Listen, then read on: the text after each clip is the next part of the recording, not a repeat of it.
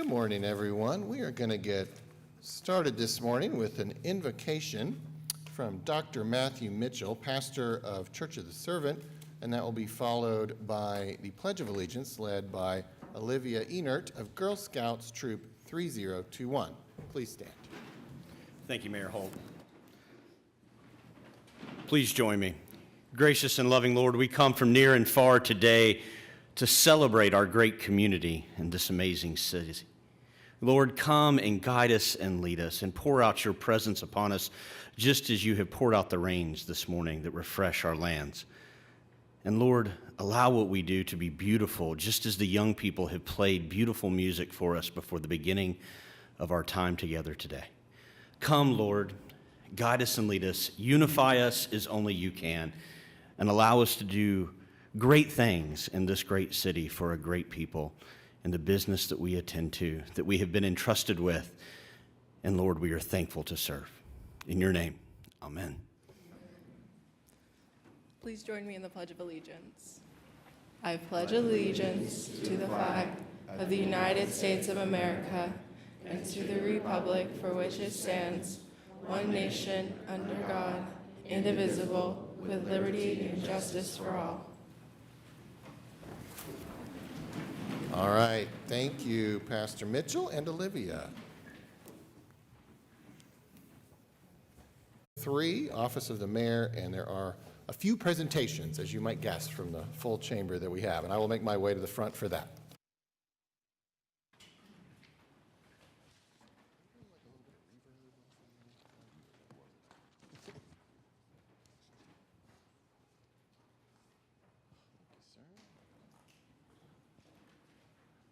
Okay. Why don't we start with our Realtors? It is Realtor Day. Why don't you guys come up? I love that you cheered just for that. It kind of felt like a game show there for a second. All right. Well, it is, in fact, Oklahoma City Realtor Day here at City Hall, but we'd like to learn a little bit more about what that means, and so I would ask the clerk to read this proclamation. Whereas Oklahoma City's realtors encourage the involvement of members of their profession in supporting and improving the quality of life in our community. And whereas Oklahoma City's realtors uphold the importance of advocating for home ownership and engaging in local issues such as homelessness, infrastructure, property rights, and education. And whereas Oklahoma City's realtors have supported the passage of key initiatives to improve our city, including MAPs 3 and 4, the 2017 General Obligation Bond, and other sales tax proposals. And whereas local realtors engage with city leaders to become better informed about city government and important policy issues, and to help build and strengthen our partnership for the development of our city. Now, therefore, David Holt, Mayor of the City of Oklahoma City, does hereby proclaim May 24th, 2022 to be Oklahoma City Realtor Day at City Hall. Thank you. And we do have what appears to be a strong contingent this morning. The only thing I'd add to this, and I often say this when I give remarks to realtors, is you guys are sort of our ambassadors. You're the tip of the spear. I mean, there's a whole lot of new residents in our city who really meet a realtor first. And so I find that it's very important for our community, much like Uber drivers, that you guys know what's going on, you know, that you're knowledgeable about our city's narrative and its story, because you are obviously going to be sharing that with some of our most important people, our newest residents. So thank you for all you do, as well as obviously you do all the things that were mentioned in this proclamation, and as was mentioned, you've been very supportive of some really critical city initiatives through the years. I know, Steve, that you were maybe going to say a few words. Very few. I just wanted to thank you and the city government. We are so appreciative of the relationship that we have with you. As you know, as the city grows, it requires more rooftops, and we're happy to have that relationship with you to make those things happen. We're thrilled to have our inaugural Realtor Day at City Hall with you, and just appreciate the opportunity. Yeah, absolutely. Let's hear it for our realtors.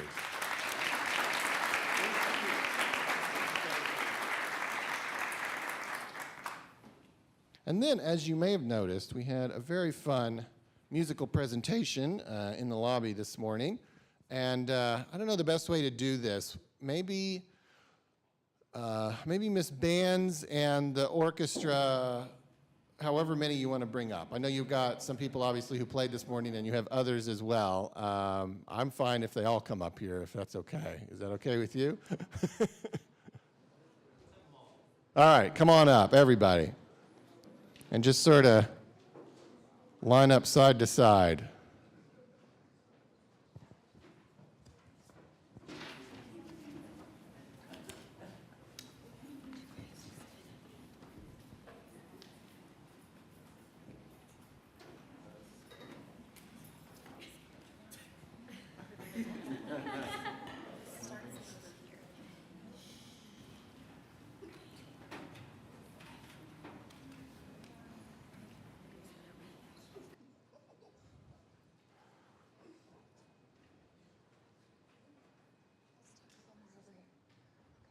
So this is, of course, the orchestra from class in SAS at Northeast. I was honored to speak at commencement last week. You're going to hear more about this in a moment, but they were recently received a major national honor, and as soon as that happened, there was an outcry from the community to bring them to City Hall and recognize them. And so we were more than happy to oblige, and our only price was that they had to play. And so I know we all enjoyed that very much this morning. I know it was probably not your first choice to get up at whatever 0:30 this morning to come down here and play. I don't know how early you play typically, but it was wonderful, and it could not have been any better, and we were certainly appreciative, and it was easy to recognize why you were recently honored. But we want to hear more about that, and we definitely want to hear about Mrs. Bands, who has won some honors herself recently, and so I would ask the clerk to read this proclamation, or citation. Whereas the Oklahoma City Public Schools Foundation and Oklahoma City Public Schools named Kimberly Bands as the Oklahoma City Public Schools District Teacher of the Year. And whereas Mrs. Bands was honored as this year's winner after receiving the highest scores from the panel of judges for her written application, interview, and classroom lesson evaluation. And whereas Mrs. Bands has been teaching at Oklahoma City Public Schools for 5 years and is currently the Director of Orchestra at Klassen School of Advanced Studies High School at Northeast. And whereas the Klassen Orchestra consists of levels 3 through 5, pedagogy, and music theory. Many of the students are accomplished instrumentalists, and they are members of the Oklahoma Youth Orchestra, North Central Honors Orchestra, All-State, El Sistema, and compete in various competitions such as OSSA State and District and the Oklahoma City Philharmonic Young Musician Competition. And whereas these students have also shined academically, this year's graduating senior orchestra members have collectively been offered over $2.6 million in scholarships from universities across the nation. And whereas the Klassen School of Advanced Studies High School Orchestra participated in the World Strides Heritage Festival in Orlando, Florida in March. Competing against orchestras across the country, they took first place, gold, in their division and have been invited to compete in the World Stride National Festival in Chicago in 2023. And whereas Mrs. Bands will represent the district in the Oklahoma State Teacher of the Year competition, now therefore, David Holt, Mayor of the City of Oklahoma City, does hereby congratulate Kimberly Bands for being honored as Oklahoma City Public Schools District Teacher of the Year, and thanks her on behalf of the city for her commitment to teaching and developing well-rounded students who excel in classrooms and arts auditoriums. So, yeah, let's hear it. Don't hold back.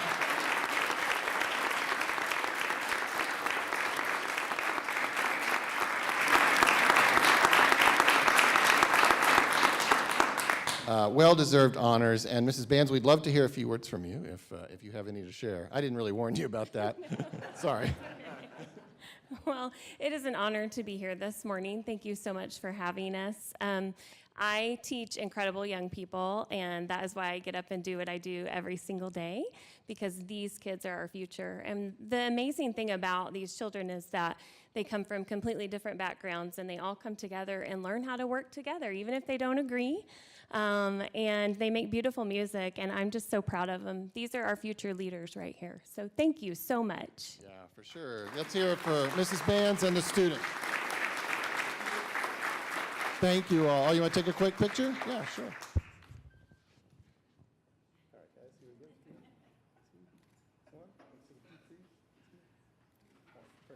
All right, thank you all. And of course, we have a lot of parents here this morning, very appreciative of them as well. Thank you all so much.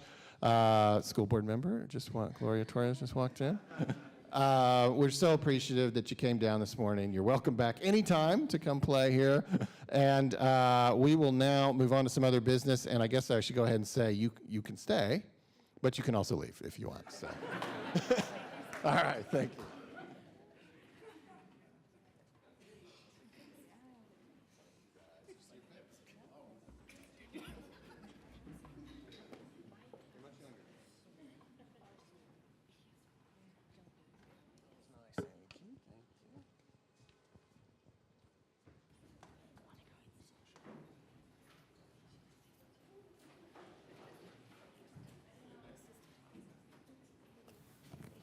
Should have mentioned Sean McDaniel, superintendent, proud superintendent, is also here this morning. Thanks, Sean, for coming in.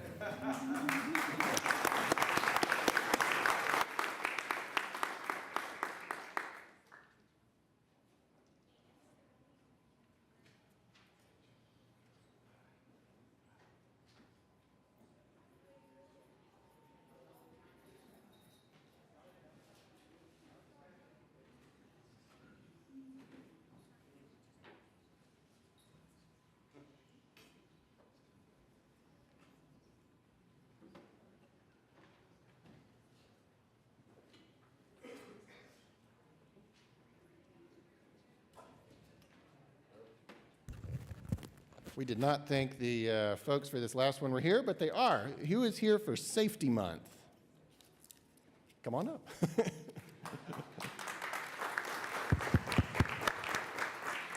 All right, so it is about to be National Safety Month, and to learn more about that, I would ask the clerk to read this proclamation.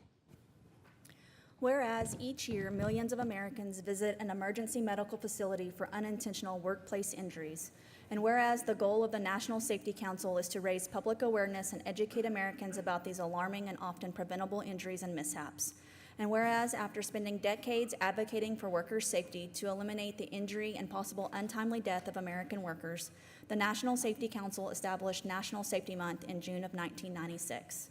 And whereas through the support and observance of National Safety Month, employers can help reverse the increase in accidental injuries and deaths. And whereas the City of Oklahoma City supports national safety efforts and has taken a proactive stance in providing a safe and healthy work environment for its employees. And whereas the City of Oklahoma City has come to observe and acknowledge June as National Safety Month with a variety of safety training courses designed to enhance the employees' awareness of safety hazards in their workplace.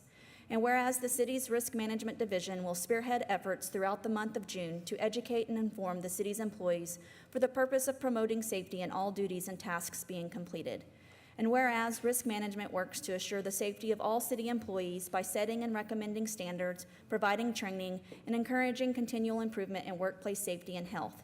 Now, therefore, David Holt, Mayor of the City of Oklahoma City, does hereby proclaim the month of June 2022 to be National Safety Month in Oklahoma City. We are joined this morning by Levita Breath, the city's risk manager. We all need a risk manager in our lives. And we appreciate the emphasis. Obviously, it is what you think about every morning when you wake up, but is obviously something that you want to make sure all 4,800 of our city employees are thinking about, at least to some extent, every day as well. And thank you for drawing attention to the topic with National Safety Month. We would love to hear a few words from you, if that's okay. Good morning, Mayor and Council. June is Safety Month for the City of Oklahoma City. We have a marathon of safety trainings that will be available for all of our city employees.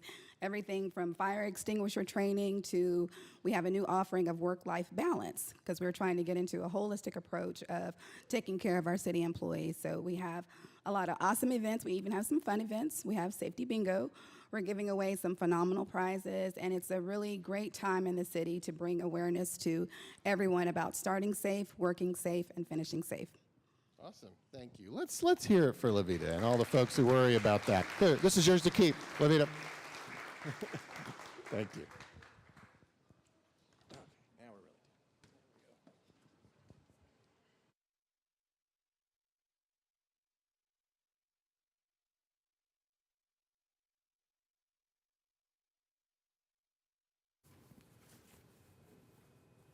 Okay, that concludes the presentations. We do have a substantive item on Office of the Mayor. That's item 3A1, a resolution appointing a city auditor for the city of Oklahoma City, setting an effective date and salary and benefits, et cetera. We need to handle that in executive session, and so what I would suggest is we take a vote to go into executive session, and then we'll handle that at the end of our other business, as we often do. So let's see if we can bring up a motion for executive session. We have a motion and a second. Cast your votes. My screen is not coming up, so I vote yes. How would you like to vote? Okay. Yes, please.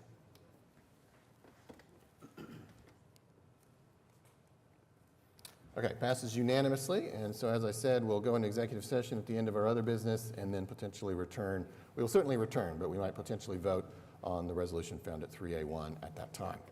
Okay, items from council. There are none today. Item 5 is city manager reports. Thank you, Mayor. We've got a couple of reports on. Claims and payroll is on. We also have our budget transfers report that we'll bring forward to the council periodically, just reflecting the changes, the administrative changes in the budget that have been made over the last year. And then the May sales and use tax report is in. We had another strong month of growth. You'll notice on the report, this now reflects the budget amendment. You remember just a few weeks ago, we adopted an amendment to the budget that increased the general fund budget by $47 million. And if you look at the report, with the strong growth that we had still again in May, we're now $700,000 above that amended budget. So very good check, and really glad to see this continuing. It's really even more amazing because May of last year was when the significant growth, like double-digit growth started. And so having 7.7% growth over last year is still an amazing change. One thing we did see looking at the detail is that retail was actually down. In one of the retail categories, like the big box retail, was actually down, and probably signaling where we'll see, as things start to slow down and see growth slow, when we're comparing back to those really strong growth months of last year. So we still expect this to slow down, but it's a very good check. I'm grateful that we have this, and now we're about $700,000 above target with the amended budget. And that is all that I have on the city manager reports. All right, thank you, Mr. City Manager. Item 6, Journal of Council Proceedings. We have items A and B we could take with one motion.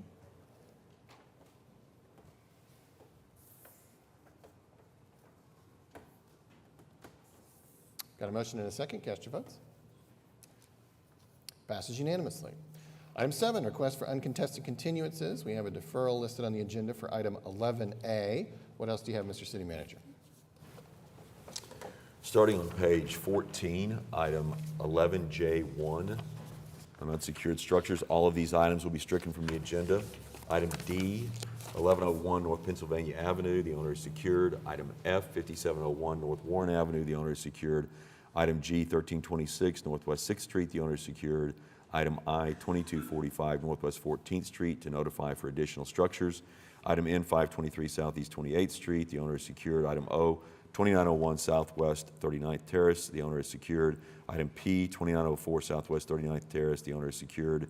Item Q, 1201 Northwest 45th Street, the owner is secured. Item U, 325 Northwest 89th Street, to re-notify for additional structures. Item V, 917 Northwest 103rd Street, the owner is secured.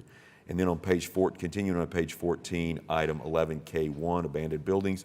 All of these items will be stricken from the agenda. Item D, 1101 North Pennsylvania Avenue, the owner is secured. Item F, 5701 North Warren Avenue, the owner is secured. Item G, 1326 Northwest 6th Street, the owner is secured. Item H, 2245 Northwest 14th Street, to re-notify for additional structures. Item K, 1201 Northwest 45th Street, the owner is secured. And item O, 917 Northwest 103rd Street, the owner is secured. That's all the items that I have. All right. Thank you. Okay, item 8, revocable permits and events. Item A is a memorandum of understanding with Northeast Oklahoma City Farmers Market for a community market on designated Saturdays during the summer of this year. This will be at 1920 North Kate. No one has signed up to speak. Councilwoman Nice. Yes, this is just another summer that we're going to have the farmers market for Northeast Oklahoma City. Very excited that Pitts Park and Recreation Center is going to house this market. So if you are able, I think June 4th is going to kick off the first Saturday. So please come. They have Metro Tech out there doing dancing. They have classes, and they have a lot of folks able and willing to teach you about gardening and also canning and different things that they do. So it's really a lot of fun. So please come out and support the Northeast Oklahoma City Farmers Market. And I'll move for approval.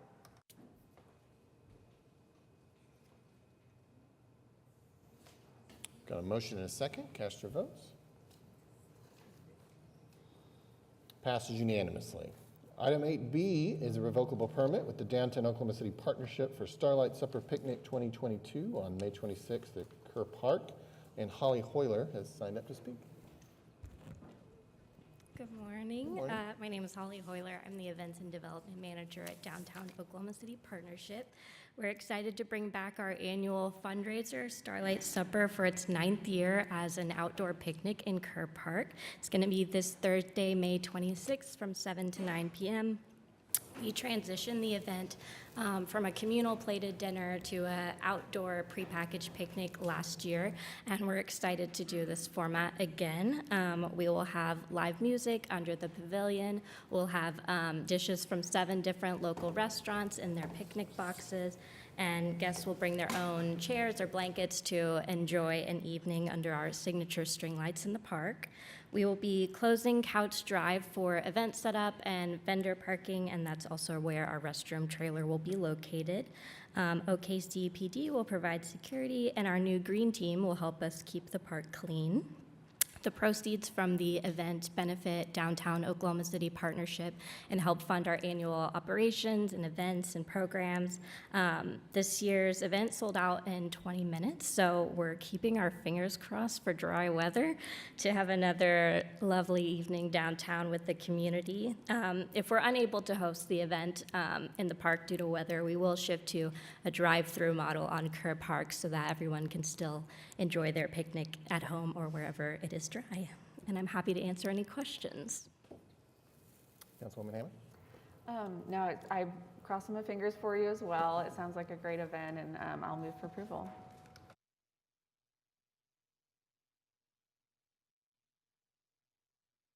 We have a motion and a second. Cast your votes.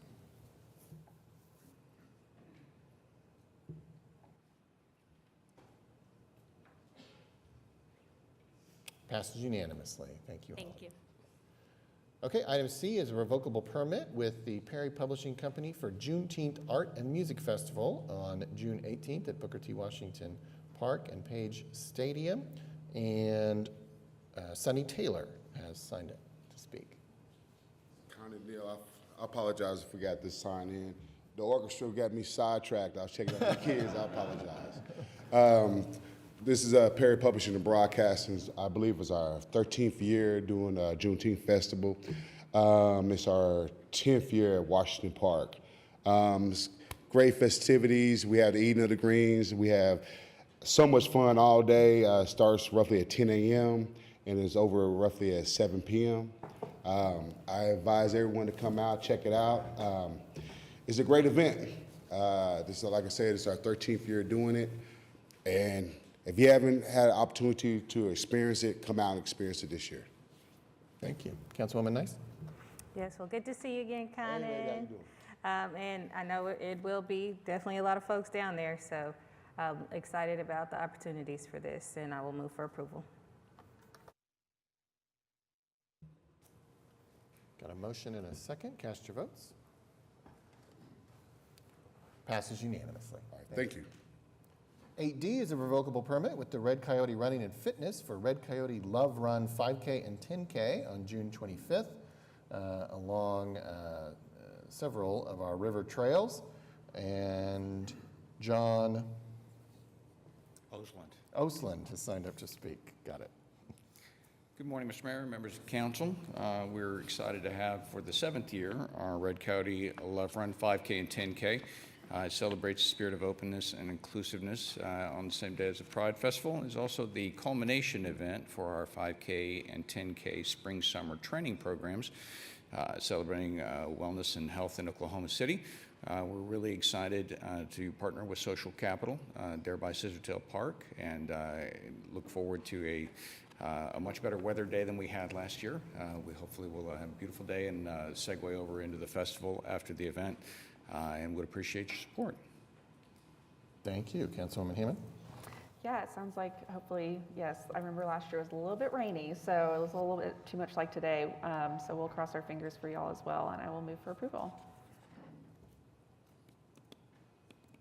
Got a motion and a second? Cast your votes. Passes unanimously. Thank you. Thank you all very much. Item E is a revocable right-of-way use permit with OKC Pride, Inc. to hold the OKC Pride Parade and Festival June 3rd through the 5th on Northwest 39th Street. We don't have anyone who signed up to speak, but looks like you would like to. Good morning. My name is Craig England. I am the president of Oklahoma City Pride. Excited to be here this morning. It is our 35th year, so once the streetscape is finished, which it should be wrapping up, we are excited to have the festival back on 39th. I know one of the concerns from citizens was plants. So just to keep it honoring our streetscape and our improvements, we will be having that blocked off. So wanted to make sure I addressed any questions on that. Okay. Councilman Cooper? Yes, well, and thank you for that. Some folk on social media tagged the mayor and me concerned about, some of the new landscaping that's come to the district, the historic district, in fact. Have y'all had a chance? Bike over, drive over, walk? Good. Some of y'all are shaking your heads. It's beautiful. George, and I really want to say thank you to the voters in 2017 who helped to make possible that streetscape. And I just want to say a word about the streetscape, because I've seen some people in the internet complain about the longevity that it took. A streetscape takes longer than a street resurfacing. And when you go over there and you actually get to sit on what will soon be patios on wide sidewalks, when you and your friends and your family are walking not behind each other, but side by side, holding hands with your partner or on a first date or your grandparents, you're gonna get to see what 2 to 3 years worth of work and what a vote back in 2017 for a streetscape can be. The 39th Street streetscape is the first of our streetscapes from 2017 to actually finish. But coming soon, Ward 2, the Paseo, and then where Councilwoman Hammond and I share Uptown 23rd, that's right around the corner next. Britain, where Councilwoman Nice and I are there, and then in Maps 4, get ready. Clara Looper Corridor, Stockyards, Capitol Hill, Windsor District, back to Britain District. Y'all, 39th, I'm so proud of your patience. It's gonna pay off. And I hope that the private sector, see if we have some realtors out here. Y'all, I'm just gleeful. We have housing needs, we have office needs, we have retail needs, we have daytime business needs, and I'm just so proud. And I think that when the people show up on Pride Weekend in just a couple weeks, they're not going to be greeted by the KKK they were in the late 80s when we had our first Pride. They're going to be greeted by a lot of allies and a lot of beautiful Oklahoma Cityans, and I am so proud of everybody. So with that, I would move for approval.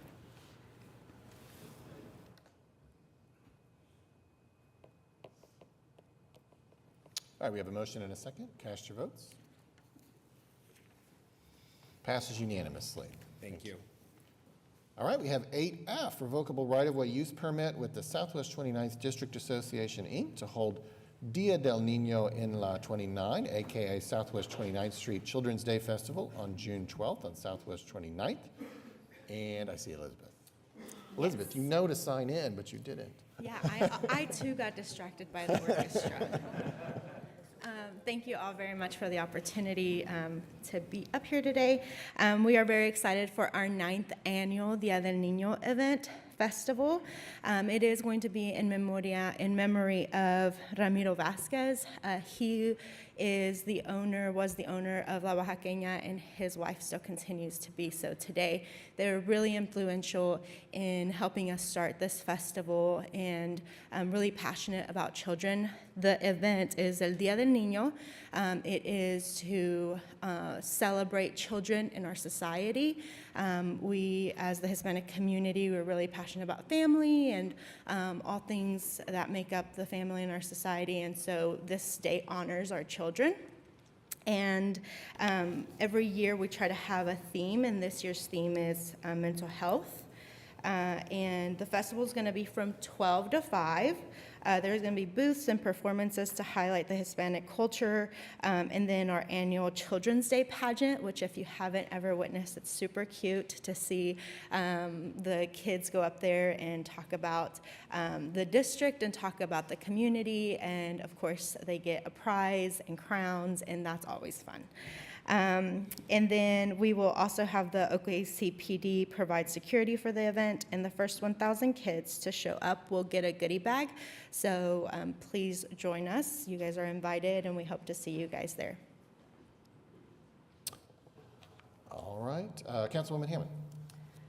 Well, I'm super excited that this is the first one back since the onset of the pandemic, if I'm not mistaken.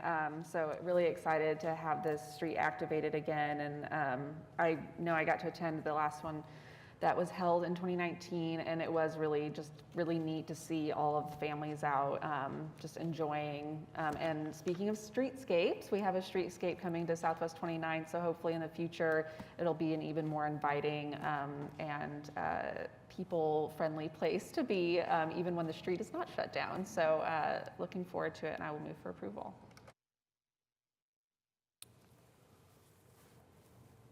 All right, we have a motion and a second. Cast your votes. Passes unanimously. Thank you. Thank you. All right, now we'll recess the council and convene as the Oklahoma City Municipal Facilities Authority, where we have items A through J we could take with one motion.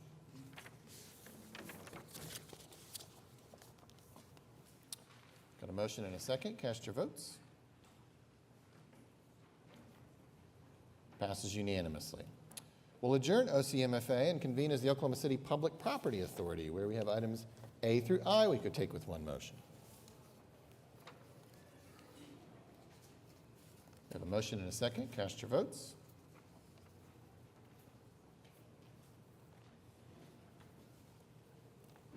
Passes unanimously. Now we'll adjourn OCPPA and reconvene as the council. We're now on page 4 of your printed agenda. Item 9, the consent docket. We have scheduled presentations for item AZ, items BA and BB, and that's it. Is there anything else that anybody would want to pull out for separate discussion or separate vote? Yes, I would also be interested in hearing more about AI and no, you already said AZ, BH. Okay, so AI and BH? Yes. Okay. Yes, Mayor, just keeping in a habit of hearing a little bit more about this super span drainage improvement. Just wanted to hear a little bit more about that, please. This is item AL. Okay. And then just briefly, I think the public might benefit from hearing about item X and why we're doing that that work. I just think that's pretty important for the public to hear. For our smaller neighbors in the city, though not always smaller. And that's it. Thank you. Okay, we'll take them in order, which means we'll start right there, which is item X. Yes. I don't know if we have someone, maybe I see John here. John's here. I'll just begin by saying that when I took a tour of our animal shelter shortly after taking office in 2019, in what I like to call the before times, before the pandemic, when I took that tour, I learned some pretty valuable information about our medium-sized and large-sized dogs, and I'll let John take it from there. Yeah, so in 2017, we set the goal of saving 90% of all animals entering the animal shelter. And to this day, we've hit that in every category except medium to large mixed breed type dogs. So this agreement is with Best Friends National Animal Society. They are, we've been partnering with them on several different events, and they actually helped us get to where we are today already. And so they've agreed to actually come in and send some experts in that's worked with other shelters across the country to help them achieve a 90% lively rate for that particular area of dogs. And so we're looking forward to it. We partner with them, like I said, on several other things. Our community cat program, a lot of the other programs that we have now are directly related to being able to partner with them and them coming in and working with us to help us achieve that. And so we're hoping that, this is our last goal. Our medium large breed dogs are our longest length stay animals, and right now we're at the low 80% with them. So that's our last, to reach our goal of 90, that's our last group that we have to get to. And so with their help, we hope to be able to do that. Would you mind, and I know you've spoken to it previously from that podium, but would you mind reminding folk why it is that our medium and large sized dogs were not at that rate that you all would like yet? Well, the reason why medium large dogs are the biggest issue we have, one, it's the most that we take in. Of all the different types of animals that we take in, that is the largest amount that we take in, is that medium to large mixed breed type dog. Most of them pit bull type mixes. The other reason why they're harder is because they're also the hardest to place, which is interesting, because you think since they're the most common, they'd be the easiest to place as well, but it's not the case. And most of that's due to a lot of them have different type of behavioral issues that make them not show well inside the kennels. They have a lot of energy, so they're expending a lot of energy while they're in their kennels. So it's important we get those dogs out for exercise and regularly able to get them out and walk and those kind of things. So they just don't present well in the shelter environment, and it makes them harder to adopt. And so for that reason, they tend to have a longer length of stay at the shelter. And then again, there's just less adopters for them. We did have a huge event this last weekend where we did 176 adoptions over a 3-day period, and we had a really successful, and we hope to be able to continue to do those kind of things, because that's what that sector of our population needs. And so we're going to continue to work towards that thing, but we're hoping to bring other programs. Ultimately, the solution is to keep them from entering the shelter to begin with, because the shelter is such a stressful environment. No matter how hard the staff works, no matter how good a job they do, the shelter is stressful for dogs. I don't care the fanciest, nicest shelter in the country, it's a stressful place to be. So we're hoping that through these programs we can shorten their length of stay, which reduces the stress on them, as well as helps save their lives by keeping them from coming into the shelter to begin with. Yeah, it really is that multi-approach, right? The spay and neutering, and then it's the bigger space that with the animal shelter and Maps Forward that's coming. Yeah, I just really applaud you all's work. And everyone out there who's a dog lover, this is your chance. Like, get a dog, take it home for the love of everything. They are just beautiful little creatures. And just want to say thank you. Will we be receiving an update on what you all have learned from this approach right here, from this partnership? No, I'd be happy to do that, to share That would with be you great. what comes out of that. Normally, they actually do a written report that says these are things that we would recommend, and so we'll get that after the assessment's done. Yeah, that would be really great. Now, I'm more of a cat person, but, again, sure. First cat of Ward 2, Marion. But, yeah, just anything we can do to spread the word that we need to adopt our medium and large-sized dogs and find them a home. Just share that, everybody. So thank you, John. Okay, next up, Councilwoman Hammond, you wanted to talk about item AI. Yeah, item 1. So. Oh. Which one? Okay, I'm sorry. I didn't have one. You just wanted to hear about it. Yeah, AI, Councilwoman Hammond. Yes, I just wanted to see if staff could speak to this, because I know someone might see this in the public and get a little, start emailing the office and worried that we are moving ahead with demolishing the full building of the old police headquarters and jail building. So I just kind of wanted to, I got a briefing on this a few weeks back, and I wanted staff to be able to put that out there so we all know what's happening. Thank you, Councilwoman. Eric Winger, Public Works Director.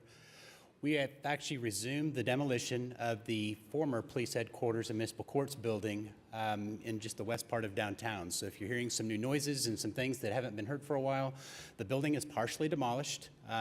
This past winter, there was a fire that was set in a mechanical area adjacent to the building, causing some structural damage, which required the contractor to stop all work. The mechanical room was actually part of the old city jail that's actually being preserved and not taken down. We actually had to go through several approval processes, and we finally received those to go ahead and remove the mechanical room only. The old jail will remain, but the mechanical room will come down with the rest of the former police headquarters, municipal courts. Work is proceeding. What you can expect when the project's complete is that the basement will be filled, the site will be sodded, and it'll be completed approximately in September of this year. So again, preservation of the Old City Jail is paramount, and we're making sure that we protect that, but the demolition is underway. The item today is actually a change order for $94,000. This is to take care of the additional mechanical space that was burned, to have it removed. It also extends the project time slightly for that additional work, again with completion in September. Thank you. No, that's all I had. I just wanted to make sure that was really clear to the public, because as we are working with different partners to discuss options for the old jail building, I know this can be a sensitive topic for folks, so I just wanted to make sure that we were that we all are on the same page. So appreciate it. Okay, item AL, Councilman Cooper. Yep, welcome back, Director Winger. You're so close. You're so close. Yeah, just an update on where we are right now with this particular project. So item AL is the continued repairs that are necessary to the super span. This is one of the city's largest drainage structures that's located at Northwest Expressway near the Penn Square Mall, so Northwest Expressway and Interstate 44. It's a below ground drainage facility, so it's not one that would be easily seen. The amendment number 2 that you find today increases the amount of some of the tie rod hardware. There's connectors that are inside that pipe that have deteriorated. It's part of the major replacement as a part of that pipe reconstruction project. We're actually doing more work, so they're finding more damages than were originally anticipated, and so this is completing that tie rod replacement work. We're still underway with the project. There's still a lot of work to go, so it will not be finished until early 2023.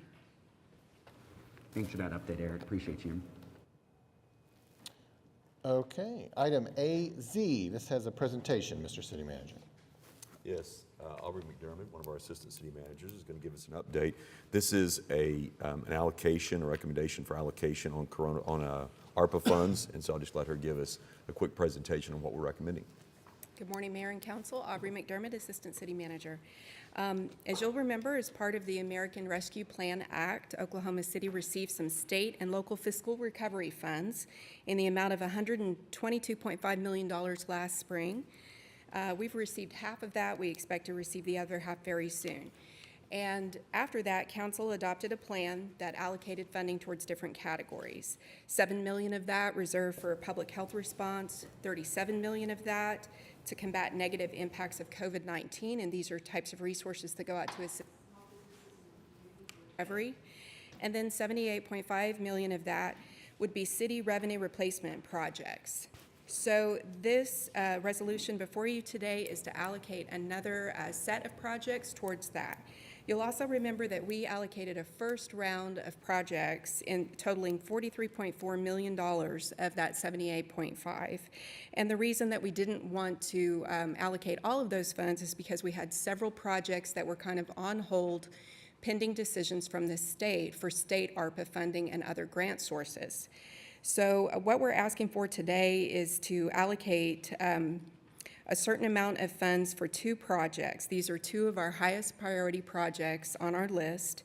And these are to accommodate a road improvement project and waterline relocation that's needed due to the closing of Douglas around Tinker Air Force Base to accommodate the expansion of the base. So we don't know what the decisions are yet from the state on whether or not they will approve our projects. But after new ARPA guidelines came out, we learned that the state was not going to be pursuing that revenue replacement project category through ARPA. That would require the state to limit them from being able to cut taxes. So road improvement projects would fall under that revenue replacement category. They do not fall under the infrastructure category. So with that knowledge, we withdrew our road improvement portion of the Tinker project from that state request. We do know, though, that infrastructure projects cover water, sewer, and drainage projects, so those requests to the state are still in place, and we're awaiting hearing back from the state if we can receive those funds. So what this resolution is today is asking to shift resources to the city ARPA recovery source for the road improvement projects for $16.85 million. And then the second project is $3 million so that we can begin the A&E work to relocate the water line that follows Douglas Boulevard, and that needs to be moved around Tinker. So what we hope is that, that we will receive the state funds for the water line relocation. We can reimburse that cost for the water line replacement project. And then we still have a reserve left after that, if we receive those funds, to come back to council to allocate future projects. So we're waiting to hear about that, and we also have Public Works and Utilities directors here if we have any questions about the specific work that we're trying to accomplish with city ARPA funds, or if you have any other questions, I'm happy to answer them. Yeah, I have, part of me struggles with the city funding this project with our ARPA dollars because it really feels like it should be a state or federal reimbursement of some kind, given that it is the Air Force Base that is the sort of impetus for having to do, or I would also maybe argue with the having to do this project specifically. I understand the water line, but I struggle with the road widening, partially because I always struggle with road widenings, with this notion that widening the road eases traffic when really research and practice shows that it really just induces more demand for that road. And so I'm curious if we have studied other arterials in that area and how much capacity they could potentially absorb from the closing of Douglas without the need to widen an additional road out there. Off to Eric Winger. So, and I can speak to that a little bit too. The widening that we're talking about is currently it's on Post Road. Okay, Post is a 2-lane road with bar ditches. That's what it is. So it's the widening that we're talking about is mainly for ease of people that live in that general area, to make sure that they're able to, for instance, turn left. We've been talking a lot about potentially a 3-lane width there, just to make sure that as people need to turn left into their neighborhood, we're not creating this big bottleneck all the way up and down Post. As you know, Tinker is the biggest single-site employer in the state. Right now it's about 28,000 civilians, I believe. So it's kind of imperative that as we close Douglas, that traffic that does flow around onto Post, because there's no other alternative for it, that we just minimize the impact as much as we possibly can for the people that exist out there currently. At least that's my thoughts, Eric. So Eric Winger again. There was an initial study done that showed some traffic changes were going to be necessary. I think, if I recall, there's about 40% of the traffic that currently is on Douglas is not it's not Tinker Air Force Base traffic. It's actually local area property owners, residents, commuters that are using Douglas today. So as a part of that initial traffic study, it was conceived that some level of a detour route would need to be made on Post Road. I do think we also agree that additional studies need to be completed to see what other impacts are going to occur in the area. Obviously, with the base expansion, is going to come additional jobs in addition to what's already there today. So we think that there's going to be continued growth and potentially other future improvements. But to at least mitigate the initial closure of Douglas, there are some improvements on Southwest 44th Street. It's a narrow 2-lane rural that we'd like to do some shoulder improvements just to improve its safety. The same on Southeast 74th. Also some shoulder improvements. And then on Post Road, just as Councilman mentioned, looking at it as a 3-lane section with a dedicated center turn, basically a full continuous 3rd-lane center turn, just to protect those driveways and residents that are trying to pull into and out of their driveways on a road that's going to receive that extra traffic. We have some signalization that's also planned for intersection safety, but again, I think this is really that first step, but we do conceive that there might be some additional improvements in the future. That helps. That sounds a lot better to me than, just making it like 4 lanes or something. I'm curious then if about 40% of the traffic, it sounds like on Douglas, was actually you're saying that was more just people using it as a throughway and not to access the base. That's the traffic you expect to have to sort of find a new route, essentially. So based on that initial study, it appears as they were going all the way through from north to south and not stopping at the base. They were using Douglas as a through route. Okay, and then I guess my last question then is just why, if this is sort of because the Air Force Base is needing Douglas for something, why they aren't kind of chipping in on this, because I get that they're an employer, but also, you know, these ARPA funds, there's so many infrastructure needs across the city that have been happening for a long time that I struggle with sort of this new thing that has cropped up as, especially for our ARPA funds that are, you know, specific to, like, I struggle with the feds maybe not chipping in on this in some way, and I'm just curious if that has been explored, requested, denied maybe. So we had some discussions with them on this, and I know basically what they have said, and with the water line, anything that we're doing, if it's within the base, the confines of the base itself, that there's more flexibility for them to assist with the project directly from their funding. This is federal funding that we're using, but like you said, we could use it somewhere else in the city if we weren't using it here.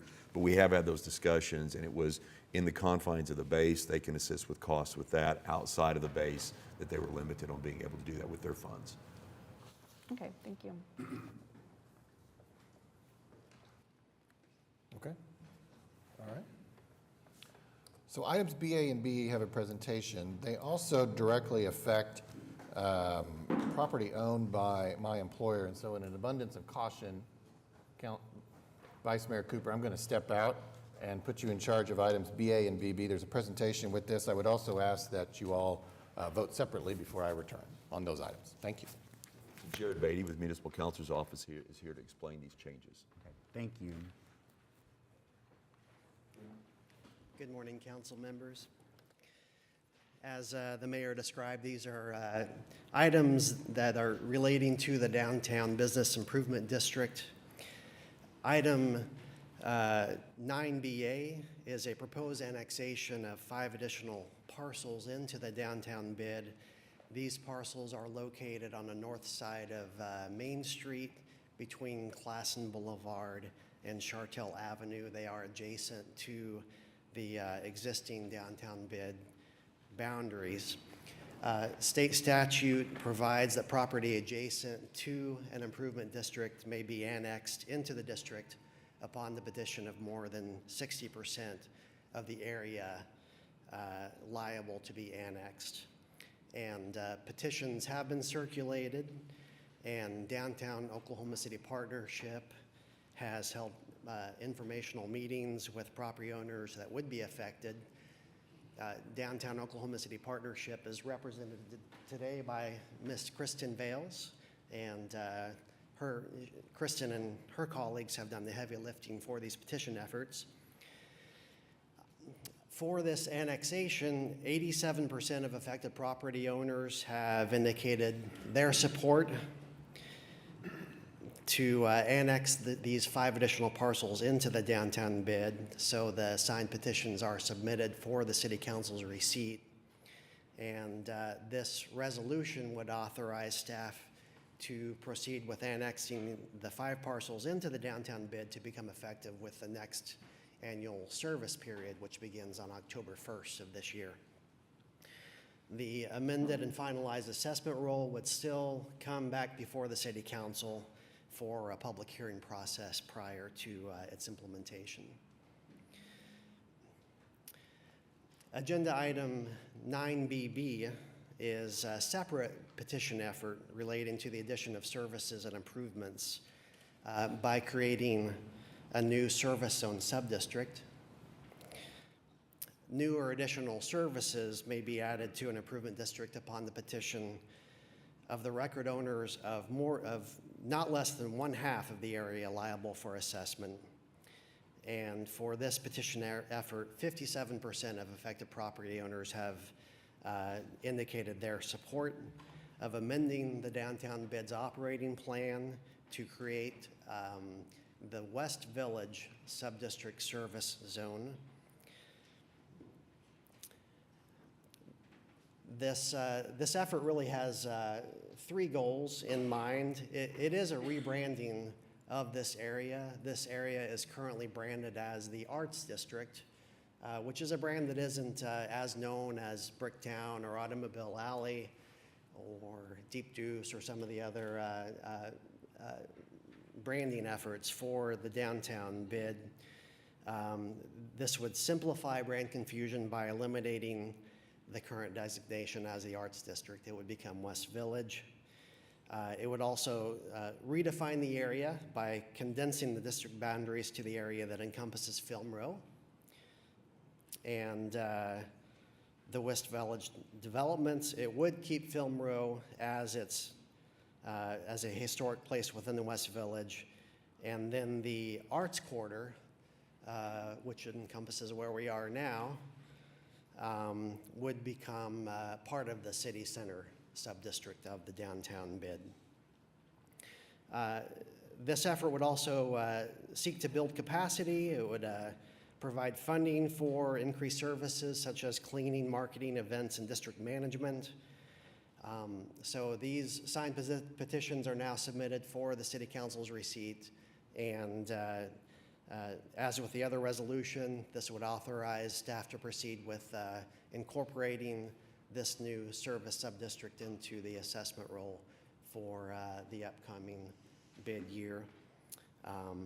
The budget is estimated at about $50,000 for this subdistrict, and that would potentially fund things like event production, marketing, district pole banners, district trash cans, strategic planning, and district management.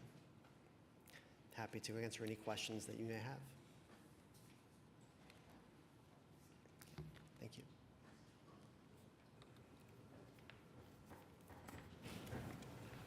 Vice Mayor Cooper, if you'd like me to, I'm more than happy to make a motion as to item BA to receive the resolution.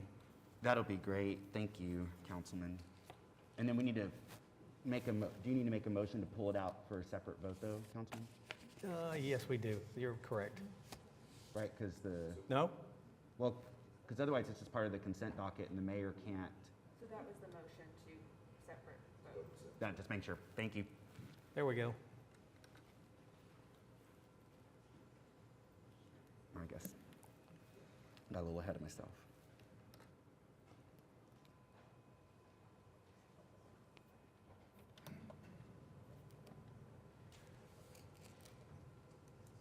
And then likewise, I'll make a motion to receive the resolution found at BB.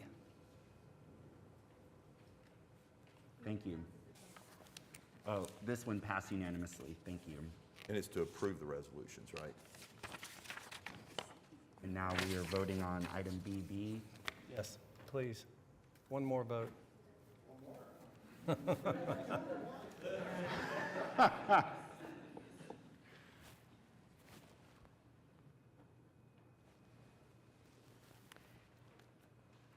Everyone cast your vote.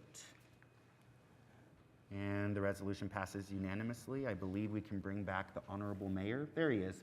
There we go. Mission accomplished, I suppose. Thank you, Mr. Vice Mayor. Okay, now we are at item BH. Councilwoman Hammond, you want to talk about that? Yeah, I just wanted to share a little bit more about this from staff. This is an agreement with our Transportation and Parking Authority to provide, to essentially pay for monthly parking for city employees, city vehicles, and to validate parking for people doing business with the city or working or serving on boards and commissions. One question I had is what that means for conducting business with the city, like who falls under that, and how that gets sort of who's included in that. That seems like a pretty broad category. So maybe let's start there. Yeah. Good morning, Mayor and Council. Jason Fairbrush, Public Transportation and Parking Director. Councilwoman Hammond says a question about primarily like who receives the discounted validation parking. Yeah, well, so it says businesses conducting business with the city receive validated parking, and I'm curious what is, in that category. Yeah, so it's generally left up to the individual city departments. There are certain city departments, primarily the ones that have boards and commissions that they manage. They typically are set up with a validation account, if you will, and are issued validation parking passes. And then it's kind of up to them to determine who gets those validations, and then COTPA simply just bills that city department. There may be, I'm kind of speculating here a bit, but there may be consultants and such that work closely with city departments, where a city department may offer for some type of meeting to validate some parking. But it really comes down to the city departments. We simply provide the passes and bill. Right, so it's not everyone that's just coming in. It's really when we invite someone in and have them come in for a meeting. It could be like a task force, even something like that. Okay, that is helpful. My other question is related to, I have a few, I know people that serve on some of our boards and commissions, or even staff members who bike, walk, take the bus to work, or to their board or commission. And it just feels a little bit upside down that it doesn't seem like, I never hear about opportunities to sort of reimburse them for essentially saving the city money, different departments that aren't having to pay for validated parking. It just seems like we're incentivizing people to come park downtown instead of using those alternate modes of transportation. So I'm just curious if we've ever explored any opportunities to incentivize those other. Yes. So the way we've approached that really is that when we're offering parking, the idea is because it's, we don't have free parking available for a lot of those, and that we're not offering to pay for like their mileage reimbursement or their cost of driving in, and so we're seeing that as the transportation cost, and it's because we don't have that parking available here downtown. And then with someone riding the bus or something like that, it would be seen as that's their mode of transportation coming in, but that they don't have a cost to park. So it's just, we haven't reimbursed for mileage or the cost of driving in, and so we haven't really explored that in the past because it's really a cost of transportation on both. Well, I guess I would see that parking is a cost of the type of transportation you are either forced into or choose. So I just, I know for myself on council that, council members receive a parking pass essentially to park in city spaces, and I don't get that benefit because I don't have a car. But so staff have worked it out that they can provide me a bus pass. And so I just want to know if there's any opportunities to offer that to staff as well, and maybe even our people who are serving on these boards and commissions, because I always hear there's no parking downtown, there's no parking downtown. We know that's not factually true, but it is a perception. We know from the study that happened a few years ago, we are overparked, we got plenty of parking. But given that perception that there's not always next to the door you're going to walk into parking available, helping incentivize people to use other ways to get down to meetings or commission meetings, et cetera, can help maybe ease up that perception even. So we have offered that with employees. I'll let Jason talk about what we've done on that with parking and with the bus passes, and then we can go back to the question of the boards and commissions. Yeah, so thank you for, again, the reminder. We have plenty of parking downtown, plenty of parking. We just have to manage it efficiently and effectively, of course. But yeah, we have, for quite some time, probably since the origination of this agreement back in 2004, or maybe even prior, we've always offered city employees the option of, paid parking if they work in the downtown campus, or, of course, or a transit pass. And we still continue to offer that today. And I don't have the exact numbers off the top of my head, but there are definitely transit passes that we issue to city employees instead of parking. And we work closely with Human Resources to administer that program. They actually do most of that work and do a great job of making sure the employee gets what their preference is. So we've seen that more as like a benefit. You're providing a benefit, and that's why we did that with employees. But with the boards and commissions, we were looking at it as a cost of transportation. We never offered a mileage reimbursement, so that's just why we haven't done that. We can look at it and have discussions about that, but that's why we haven't done that. Okay, I appreciate. I would really appreciate exploring that, because I know I've read about and seen studies in other communities where an employer, or I think in this case, someone who's an entity that is essentially incentivizing a certain type of transportation through that benefit, kind of changes their offerings, and it changes people's behavior. So I'd be really interested in working with any city staff and departments to explore those options for especially for, I think, our people who serve on our boards and commissions. I could imagine that, maybe some folks would be interested in trying something different if they, had that incentivized in a different way.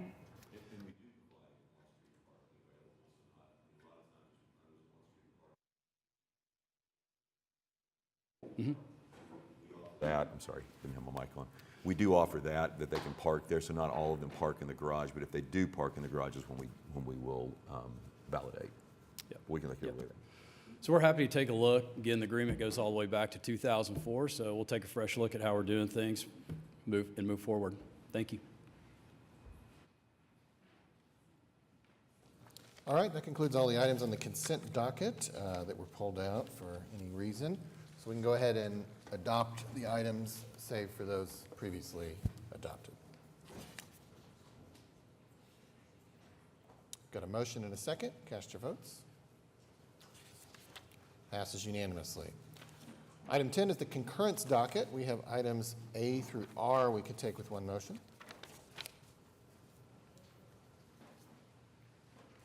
Got a motion and a second. Cast your votes. Passes unanimously. All right, item 11 is items requiring separate votes. Item 11A was previously deferred, so we're at 11B. This is an ordinance on final hearing that was recommended for approval at 12920 Piedmont Road, going from AA to PUD 1885. This was deferred from May 10th. Councilman Carter. Have we had anyone sign up to speak? We do not. Okay. After speaking with the developer, I move for approval. Okay.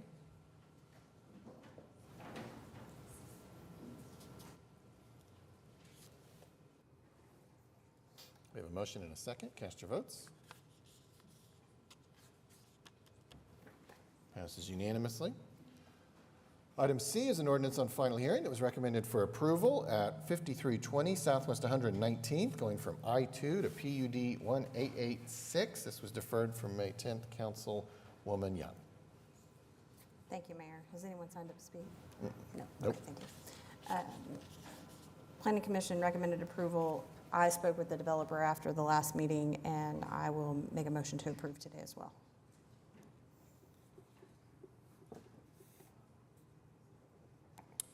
Got a motion and a second. Cast your votes. Passes unanimously. Item 11D is an ordinance on final hearing that was recommended for approval to close South Harvey Avenue between Southwest 24th and Southwest 25th. Councilwoman Hammond.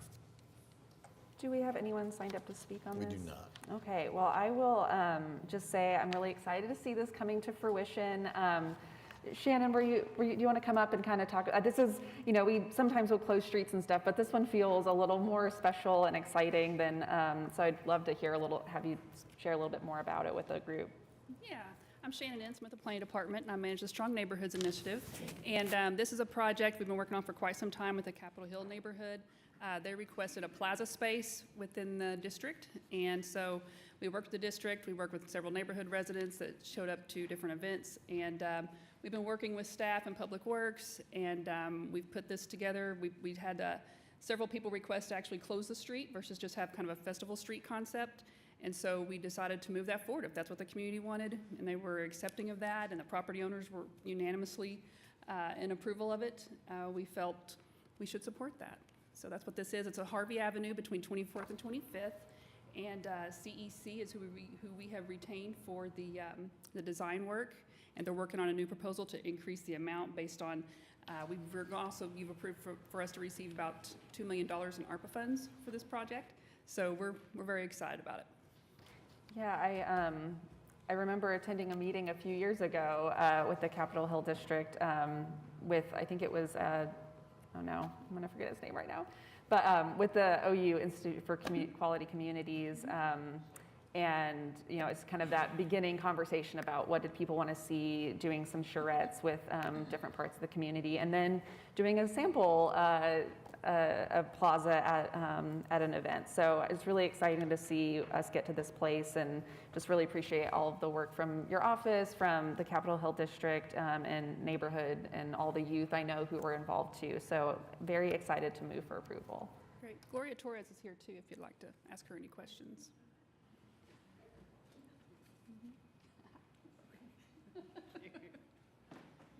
I'm going to claim the same one everyone else. The band distracted me, so I didn't sign up. No, thank you all. Thank you, Councilman Stone, as well, for being a constant champion for the work that we're doing in Calle dos Cinco and historic Capitol Hill. Our community is very excited about bringing in something that represents the culture so publicly that we get to welcome all of Oklahoma City to a space that really reflects the community that we currently have around Capitol Hill and that we currently serve. And so you're correct, we've been working on this through public charrettes from everybody who's been a part for Capitol Hill for decades, from young people to people who've been here when we used to shop on actual 25th Street.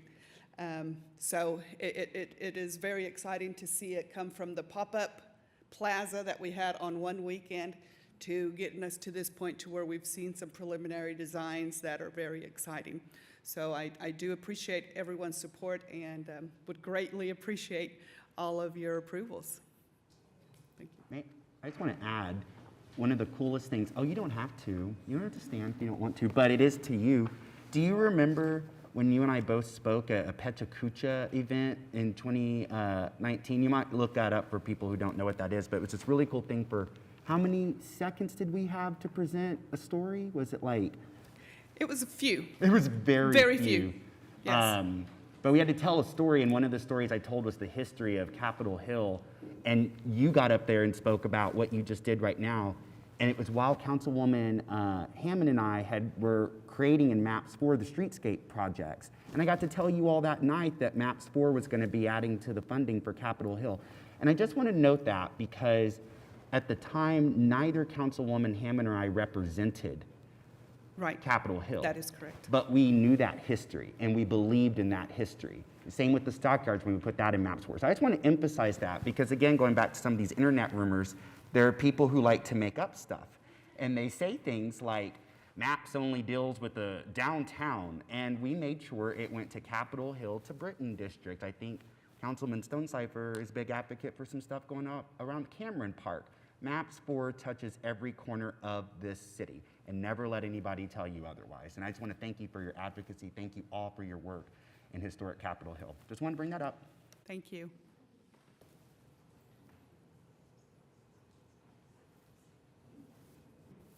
Okay, do we want to adopt the item? Oh, we got it, I'm sorry.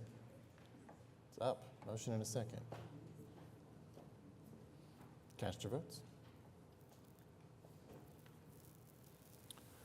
Passes unanimously.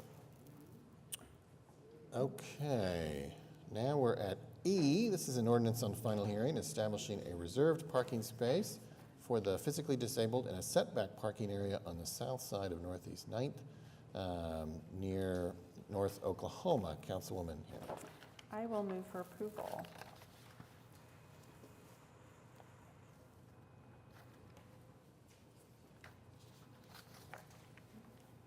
Got a motion and a second. Cast your votes. Passes unanimously. Item F, 1 and 2 are related, as well as item G. The first is a public hearing regarding the Capitol Hill Business Improvement District. I understand this was already presented. Has anyone signed up to speak under this public hearing? They have not. So we will move to F2, which is the resolution adopting and confirming an assessment roll, year 2022-2023, for the Capitol Hill Business Improvement District, et cetera. We can take that motion unless anyone has any comments. Got a motion and a second. Cast your votes. Passes unanimously. And then item 11G is the ordinance relating to this. It's an ordinance on final hearing, adopting and setting the assessment roll, year 2022-2023, for the Capitol Hill business improvement district, etc. We could also adopt this if that's the council's desire. We have a motion and a second. Cast your votes. Passes unanimously. Okay, 11H. This is an ordinance to be introduced, set for public hearing on June 7th, final hearing on July 5th. This relates to human rights. This is the next step in the process that began in the summer of 2020 when the Oklahoma City Human Rights Commission Task Force was created.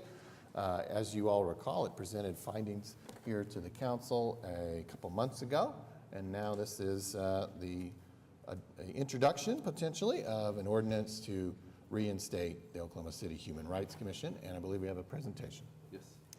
All right, good morning, Mayor and Council.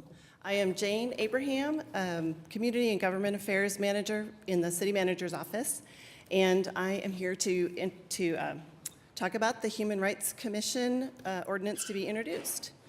So just to go back a little bit, will the slides advance?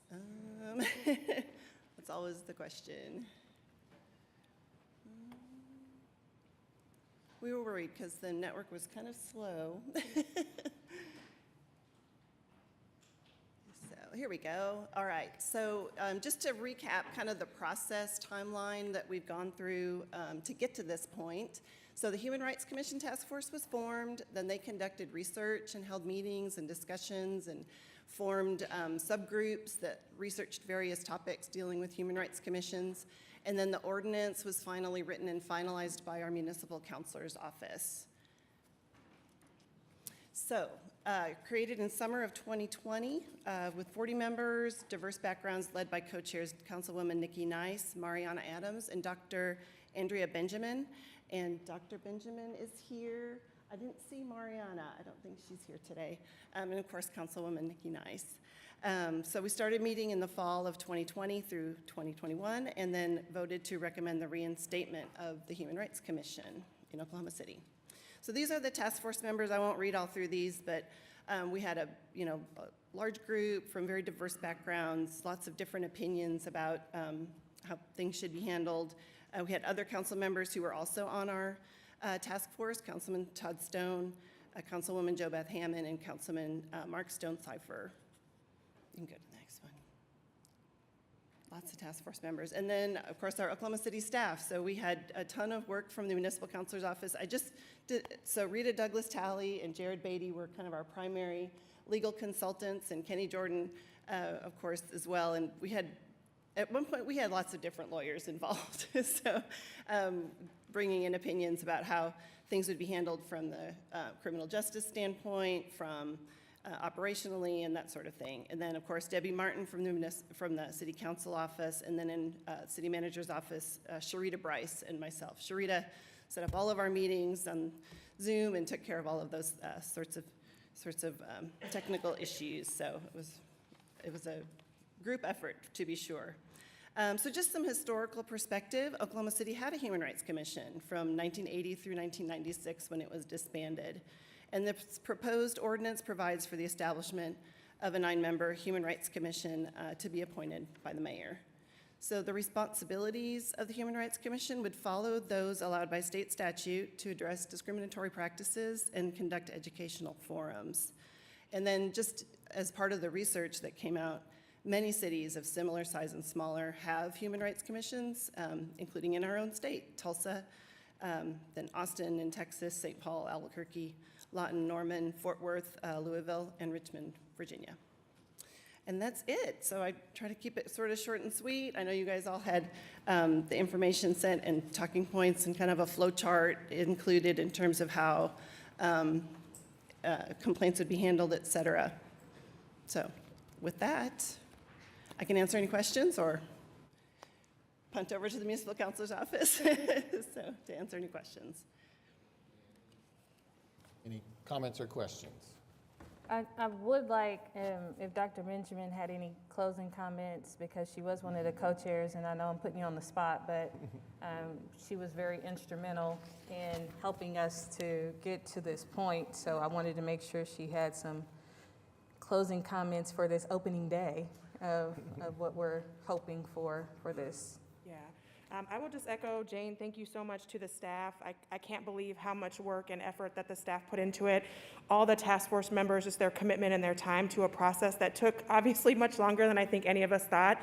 And as we move through the process, I do hope that people that are watching or people that are here, that if you believe in this process, that you'll engage in the public comment portion, should we get there, and do that through the process, and that hopefully July 5th, we'll be back here to have some good news. So I just appreciate, again, everyone's hard work and effort to sort of see this process through. So thank you so much.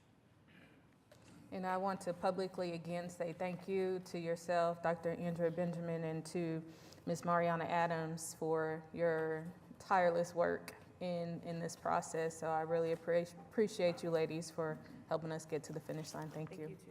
And I personally want to thank Ms. Debbie, as well as our municipal counselors, Mr. Kenny, Ms. Rita, and Jared. Thank you so much for your commitment to this process as well. And Ms. Jane, thank you, and especially Sharita, for the work that she has been able to contribute to keep us in line in the process of making sure we're on time.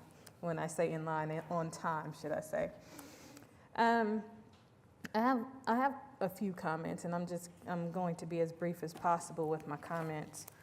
And correct me if I'm wrong, I know we had the presentation that the commission was established in operation from 80 to 96, but if I'm not mistaken, there was still a process that happened beginning in the late 60s that also addressed these same issues before we had established the Human Rights Commission by name. So there was also a process that was already ongoing because of historic practices that were systemic in our city and clearly across the country. So it was necessary for us to be able to address those things. And thankfully, we had an opportunity to do that through our city process. Here we are today introducing this ordinance, and I just want to be very clear that we had over 40 folks that committed their time and hours to this process, and their work should not go unnoticed for them to be a part of this because they didn't have to do it. We took our time to find all of the people from all walks in life, backgrounds, perspectives, you name it, people who believed in certain things and didn't believe in others, but we all came together for a common good in order for us to get to this point because everyone on the task force knew that this work is necessary to benefit our city. And one of the things that I will say, we all hope that there is a time where we will say we are good and we no longer need these types of commissions to address our city because our city knows how and will be able to work together in certain instances or certain issues depending on what we are coming together for. I will keep more of my comments for public hearing in 2 weeks, but I do want to say personally that I am very disappointed in some of our task force members who think that it's okay to circumvent the process of what our overall body has voted on and went through. And that's the unfortunate part of getting here because you want to be open and transparent about things that are taking place, and especially, again, for the hard work and dedication and hours that task force members put in to get us to the point of introduction, and then you work behind the scenes to change things. And that's where I really have a problem with this, and I'm trying to be as diplomatic as possible because I know this is necessary work. So I don't want to excuse the work in order for it to move forward, but I do want to publicly say that I am very disappointed in how, in the background, this was changed in certain ways, in specifics. So I'll save that for the rest of my public comments. But again, I am very grateful that we are here. I'm very grateful that we have been able to talk through these things. And I, again, want to openly thank continuously those folks who dedicated their time to get us to this point. Thank you very much. Thank you. Any other comments? All right, well, as stated, today is introduction. Public hearing June 7th if it's introduced, and final hearing potentially July 5th. So if there's no other comments, the council could entertain a motion to introduce the ordinance for consideration. So a motion and a second. Cast your votes. Passes 7-2. Ordinance is introduced and is stated public hearing June 7th, final hearing July 5th. Item I is a public hearing regarding the dilapidated structures here listed. We have items A through D, and nobody has signed up to speak on this public hearing. I do have Go ahead. item A. I have been in contact with the representative for this homeowner, so I will ask that we defer this for 2 weeks, please. Okay.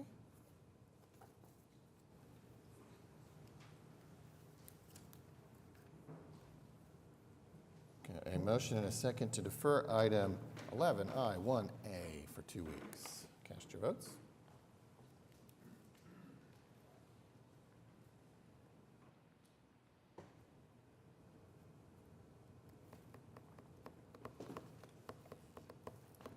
Passes unanimously. All right, then we are at the resolution found at I2, declaring that the structures are dilapidated except for the one just deferred.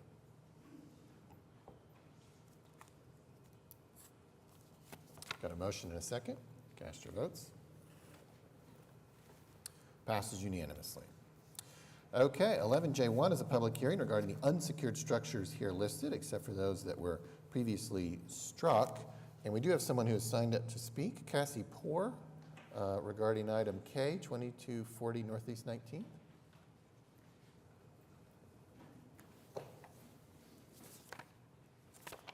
Good morning. This is a property that Okura, the Urban Renewal Authority, acquired, Creston Hills, from the city in December. We are going through a public process right now to get feedback from the community, and we are securing this daily. We had our team out there yesterday, even last night, and they secured it, and by this morning they were already back in there. So we are exploring the idea of tearing down the 4 accessory buildings, but we want to make sure to do proper outreach and PR with the community first so that they don't get any idea that we're going to tear down the school building. But so we are working on this item, trying our hardest to keep it secure, and have our crews out there every day. So. Okay, I'm going to ask that we just keep this on our unsecured and abandoned list as we go through this process, especially with it being owned by the city. There's no reason why we can't do our due diligence for these same spaces. So I'm going to ask that we keep it on there as we go through it. Thank you.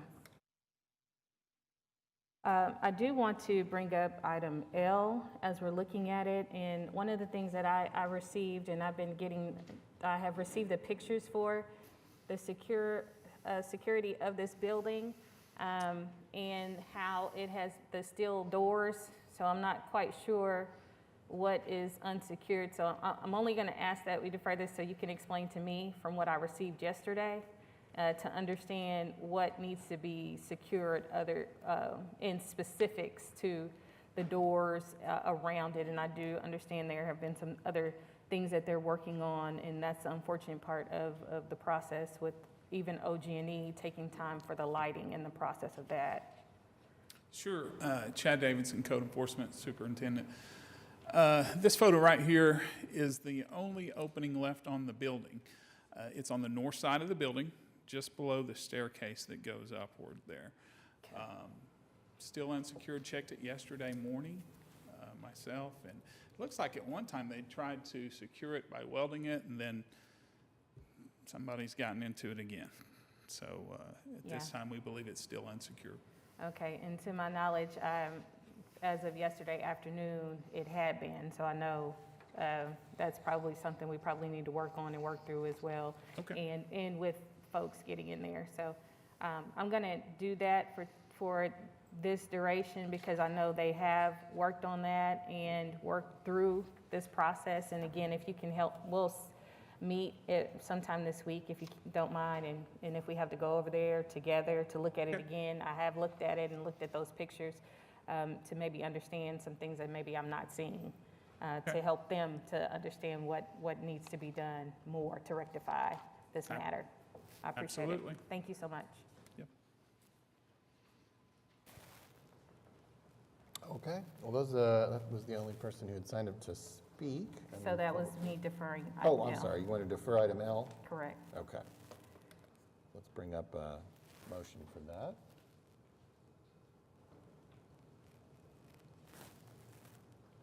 Got a motion and a second to defer item 11J, 1L for 2 weeks. Cast your votes. Passes unanimously. All right, that was everybody who'd signed up to speak under the public hearing on item J. So we could advance to the resolution found at J2, declaring that the structures are unsecured except for the one just deferred. And the ones previously struck. We've got a motion and a second. Cast your votes. Passes unanimously. 11K1 is a public hearing regarding the abandoned buildings here listed, except for those previously struck. Councilwoman Nice, I suspect you wish to defer item C. Same item as you deferred on I. That would be correct. Item C. Please defer. So we'll entertain a motion to that effect. We have a motion and a second to defer item 11K1C for 2 weeks. Cast your votes. Passes unanimously. No one has signed up to speak under this public hearing, so we could advance to the resolution found at 11K2, declaring that the buildings are abandoned except for that one previously deferred and those previously struck. Got a motion and a second. Cast your votes. Passes unanimously. Okay, item L1 is a public hearing regarding a joint resolution with the Oklahoma City Economic Development Trust approving an allocation not to exceed $102 million from increment district, or I should say $102,200,000 from increment district numbers 14 and A, City of Oklahoma City. This relates to the Okana project, and we did have a presentation on this at our previous meeting. No one, Mickey, has anyone signed up to speak? No one has signed up to speak under the public hearing. And so we have the resolution at L2, joint resolution with the Oklahoma City Economic Development Trust, approving said allocation. And if there's no comment, we can. I have a few, or I guess maybe just one question. Part of my hesitancy about this plan is that I'm not hearing much conversation about the public being able to access this once it's built, especially with such a big investment from TIF dollars, like conversation, prioritizing that type of access and with this kind of investment. I just wonder, I'm curious what, how we can move that conversation forward if we are gonna be in partnership in this way with such a large dollar number, how we can really make sure that it's really accessible to all of our residents for both recreation and for as a potential employment opportunity. So there are bike trails that are planned in that area that'll be coming. As the area develops, Jason and I have talked about it, as the area develops and we start to see that demand for employment, it's on their radar to take a look at that as an employment base and ability to, and if there's a need for bus service in the area, so it's certainly willing to continue to evaluate that and the need that's there. But even, related to like employment of working on at a construction site, it just feels like this is, putting people that might not own a car be able to afford the large investment that a car comes with, I think I mentioned it at our last meeting, about $10,000 a year. It's just kind of putting more people at a disadvantage to not really benefit from all of the employment. Yeah, we can have those discussions in relation to that. I think that's not something that we've explored in the past, but we can have discussions to see if there's enough demand that's there that we believe would be justified. Well, that's something that I've already asked for. So, Yes. And the reason I asked for that is because we have visitors that come to our city that cannot access the First Americans Museum. Yeah. And that is a disadvantage for us to not have that type of transportation met for people who don't have cars. And right now, with everything that's happening, you can't even get a rental car barely, depending on where you are. So that's a difficulty, as far as visitation is concerned, for us to really show off our city in the way that we could do a lot better if people had access. Well, and I think to speak to exploring if there's a demand, I think Councilperson Cooper really outlined this at our last meeting related to the Route 18, that once we invested changing that to a 30-minute frequency, there was a huge increase in ridership. So, there's no demand that we can quantify because it doesn't exist, unless we go send someone out there to stand and wait and see who gets off the number 4 bus to walk 20 minutes south on a road that has no sidewalks. That's just not a good way to, I think, we need to provide the opportunity, and then, people will be able to access it and access even, to the point of visitors, making sure that we provide that opportunity for people. I struggle with these types of partnerships and deals when they're still leaving a lot of people out and being able to access the benefit. So that's, I guess, just kind of want to keep putting that at the top of the conversation if we are going to move forward with this. So thank you. On that note, City Manager, where are we?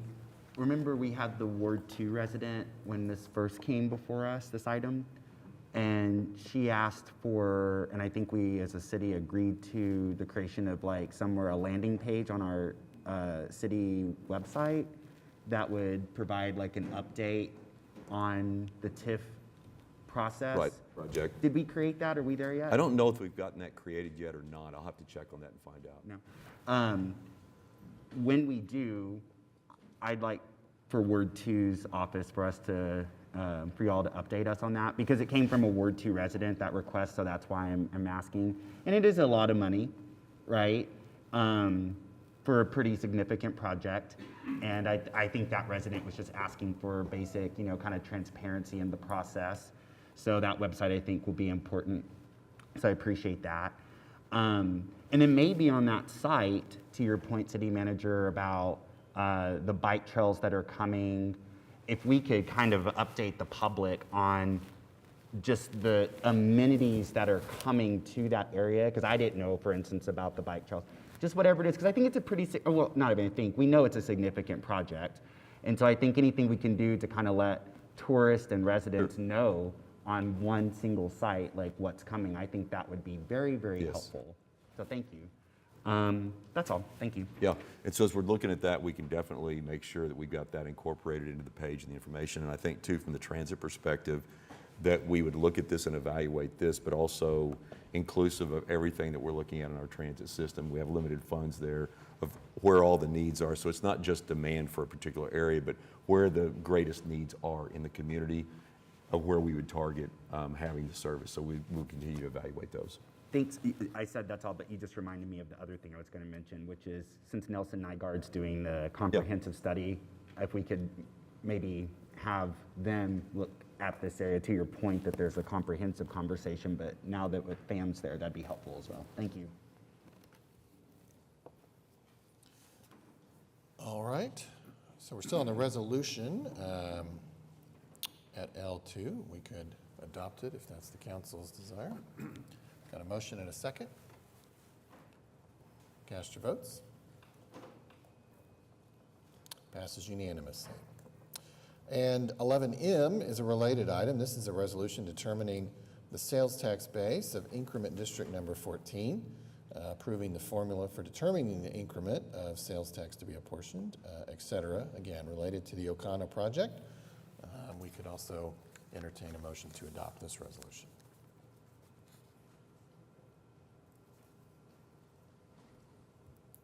Got a motion and a second. Cast your votes.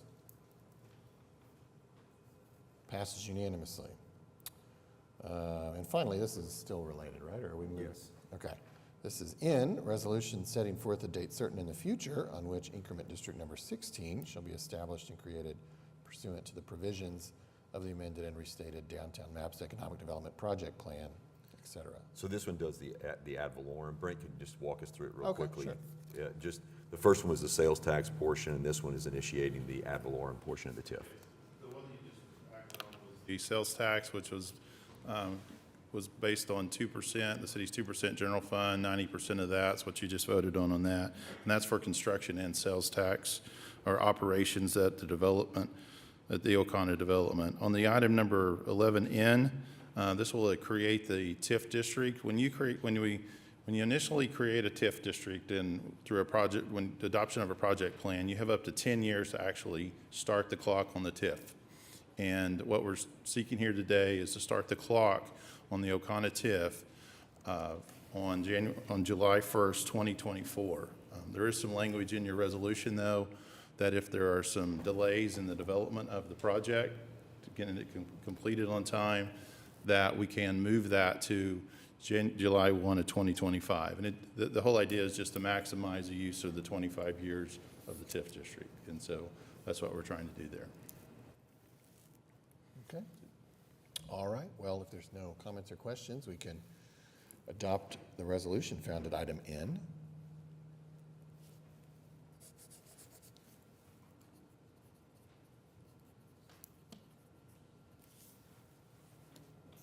There we go. Got a motion and a second. Cast your votes.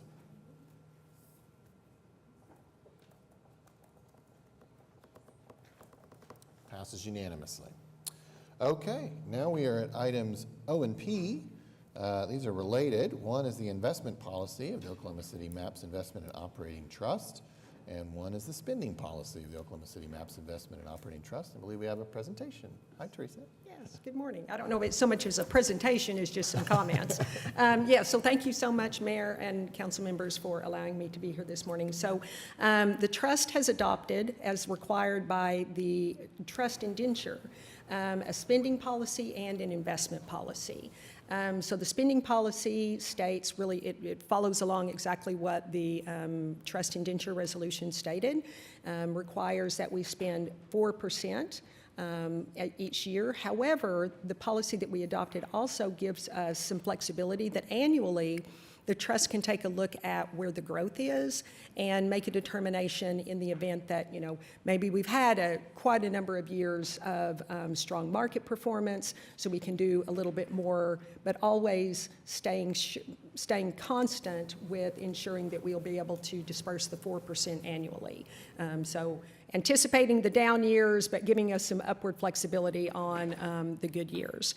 In addition, with the investment policy, we set some parameters. I'm not going to bore you with going through all of the breakout of, the domestic versus international versus fixed income, but it's a fairly conservative investment policy, again, intended to ensure that constant growth.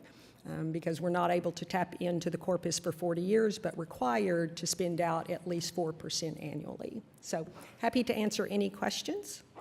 And of course, for those watching who are uninitiated, you are Teresa Rose, Chair of the Oklahoma City Maps Investment and Operating Trust, which oversees, you're also Chair of the Maps for Citizen Advisory Board, but in this context, this body oversees those funds from Maps 4 that we are using to create what I usually call endowments, but we don't call them that officially. Yes.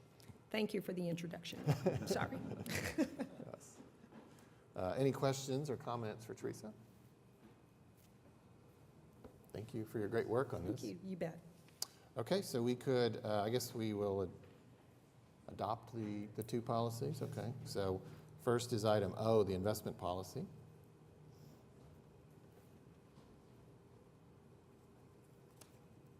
We have a motion and a second. Cast your votes. Passes unanimously. And now the item P, the spending policy.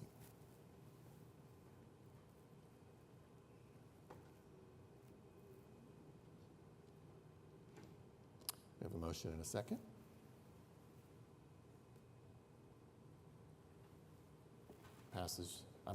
Cast your votes. Passes unanimously. All right, thank you very much, and thank you, Teresa, for all your work on that. Okay, item 11Q1 is a resolution approving the request for a salary continuation for Corporal Brian Orndorff while he continues to require rehabilitation. Executive session is not requested. Got a motion and a second. Cast your votes.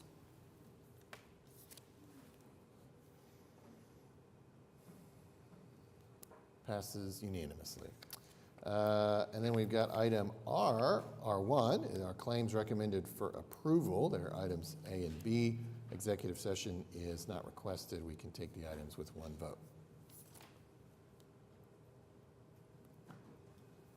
Got a motion and a second. Cast your votes.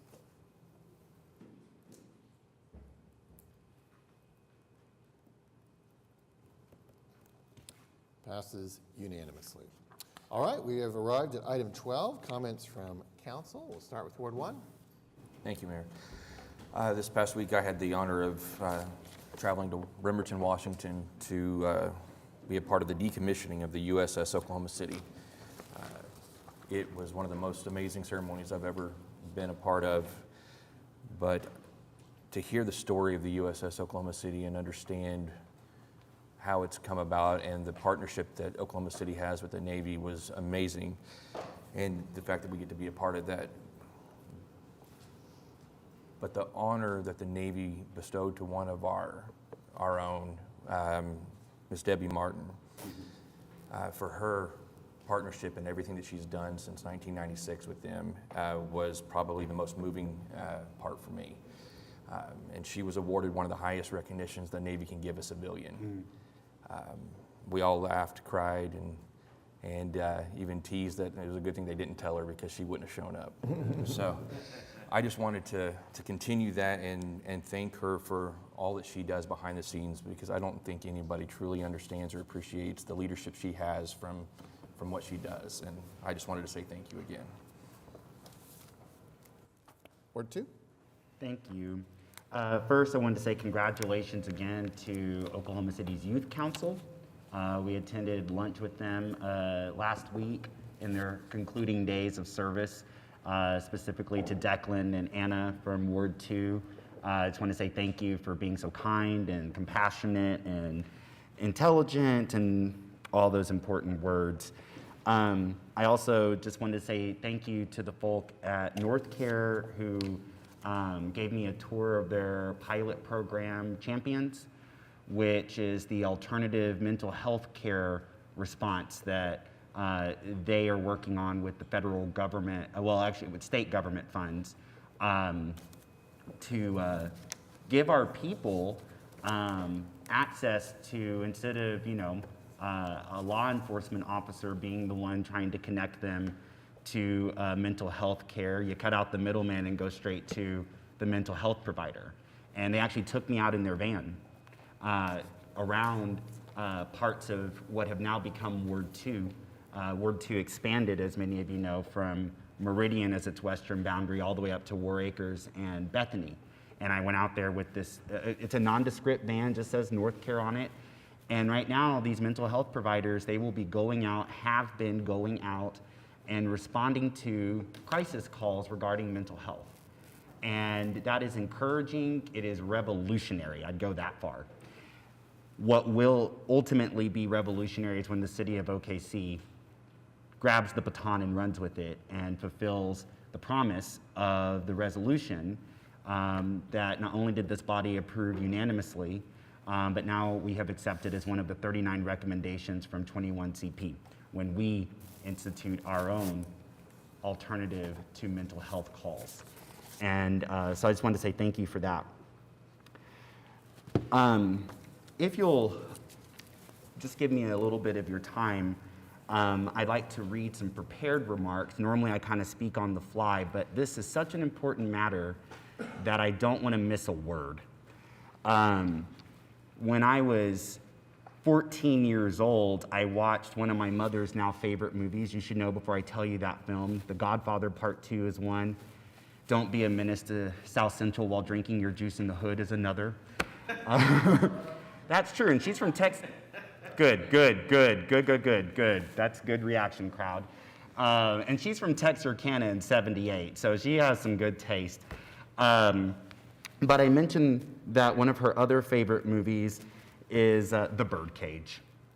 And when I watched The Birdcage with her in 1996 as a 9th grader, I was closeted. And it was still illegal in Oklahoma to actually be openly LGBTQ, literally illegal. But thankfully, when I came out to my mother at 19, just 5 years later, there she was, open arms. But now began we'll call that the exposition to the writing. This is about protecting our LGBTQ youth and addressing adverse childhood experiences. Bear with me, it's an emotional topic for me. Because a crisis confronts our LGBT community as we march into Pride 2022, specifically as it relates to protecting our LGBTQ youth. As adults, we must prioritize their protection, and we cannot ignore this problem, particularly if we care about each other's lives. For too long, too many of us told ourselves the worst was over, and our narrative became the belief that LGBTQ process was unstoppable, our fight for basic human rights irreversible. However, history and our present reality tell a different story.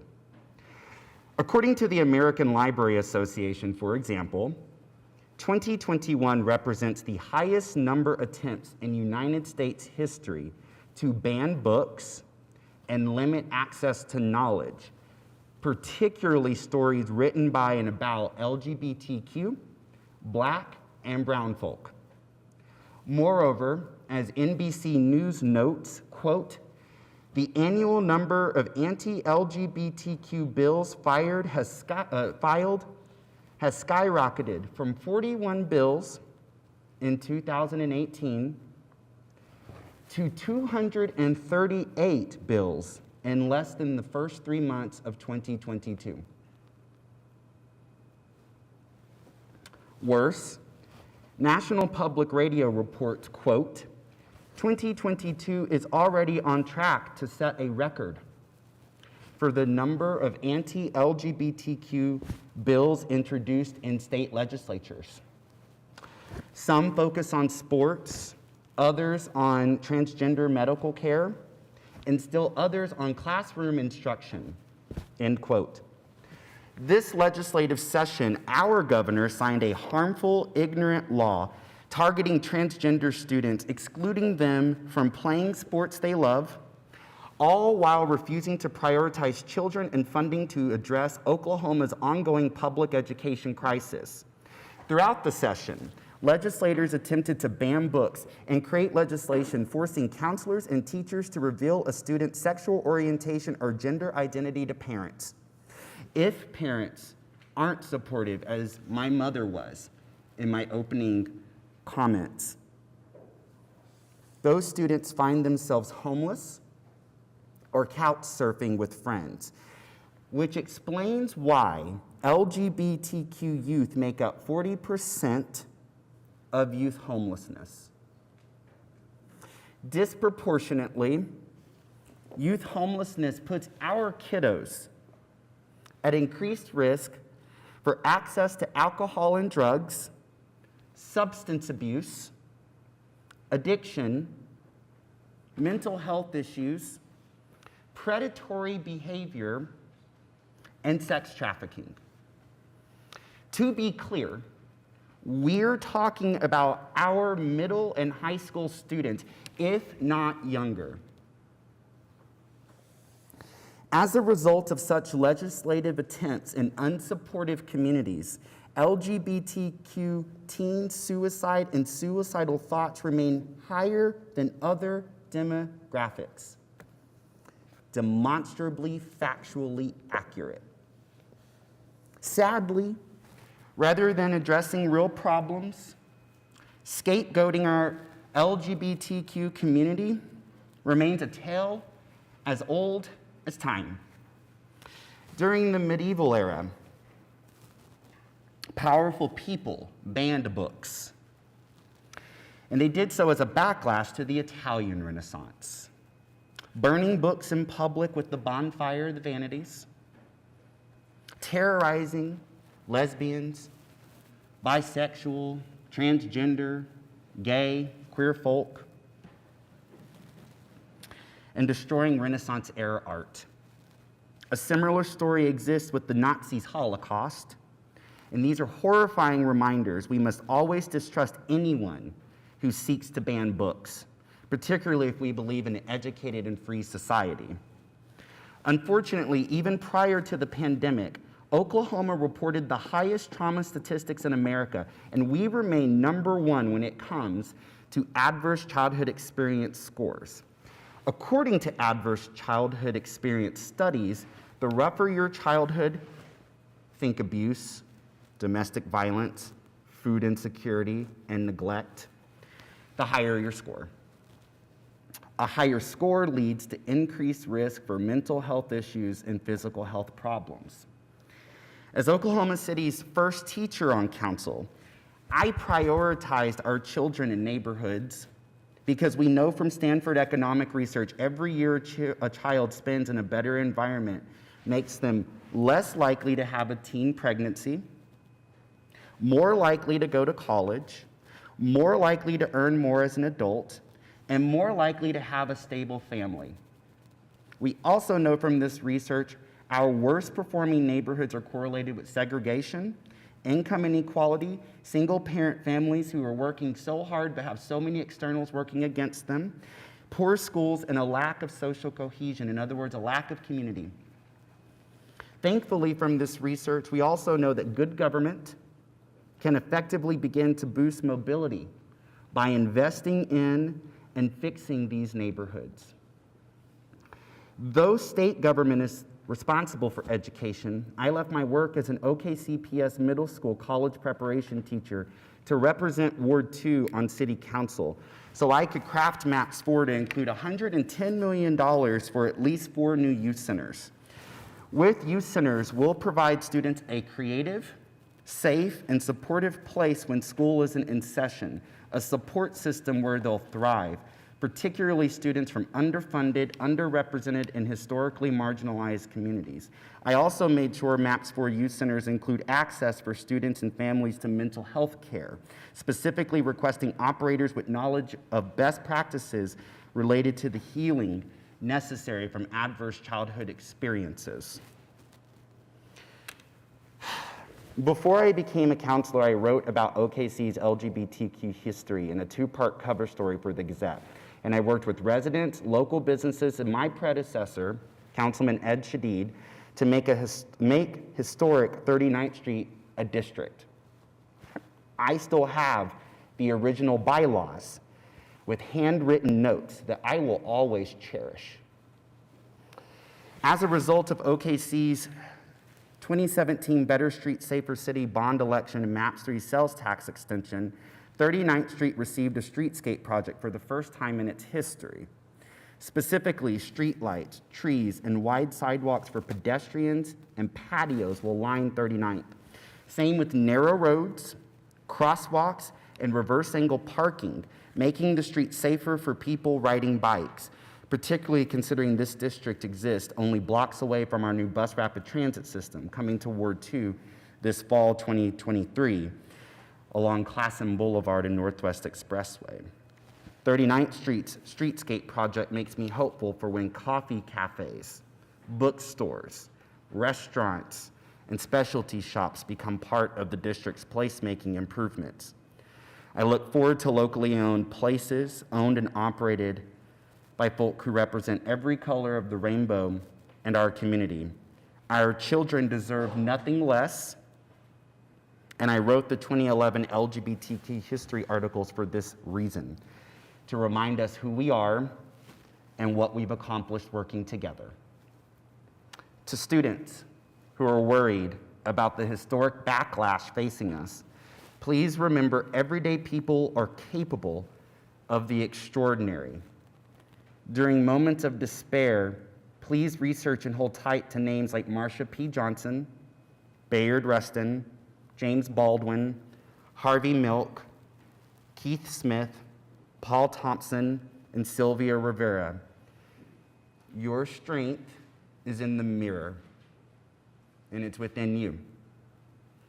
I say these words not only as the first teacher to serve on this council, at least to our knowledge, but as the first openly LGBT council person to serve on this body, who prioritized, as I said, our children in our neighborhoods. And by God, I'll continue doing it, because our kids' lives are on the line. And how long they survive depends on us. It is up to us. Thank you for listening. Thank you. Ward 3?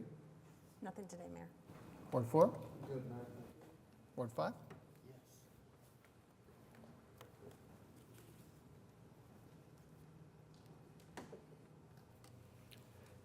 Thank you, Mayor. I would like to ask our municipal counselor to consider drafting a resolution concerning the gift disclosure that we fill out. And the point I'd like to see modified is, for example, this one that's coming due on June the 1st, it covers the period from December 1st through May 31st, but it's due the following day, June 1st. I'd like to see if we could push the due date 15 days later to say June 15th, or 30 days later like our other documents that we submit to the clerk's office. So I'm okay with any dates. That's not the issue, other than the next day, because as we all know, we might be out of town, we might be ill, you know, and to have that due date, it just seems a little strange. That's no problem. It's just but it's actually a minor ordinance change. Yeah. It's actually, the date's in the ordinance. Yeah. So Thank you. he's saying that because that's going to take 3 meetings to. Yeah. Well, I think it's worth it. Okay. I can't believe we've allowed this to go on, because it's been going on for at least 4 years that I can think of, if probably 5 or 6. Yes, that was sponsored by Ed. Yeah. So anyway, we should have caught it at the time. But anyway, thank you. Okay, Ward 6? Yes, thank you. I just want to say thank you to J.B. Williams, Oklahoma City First Church of the Nazarene, with Pastor John Middendorf, and just everyone who worked to put together the OKC Peace Summit over the weekend. I know Councilwoman Nice was involved as well in hosting, even if she couldn't attend. We missed her. But it was a really neat event.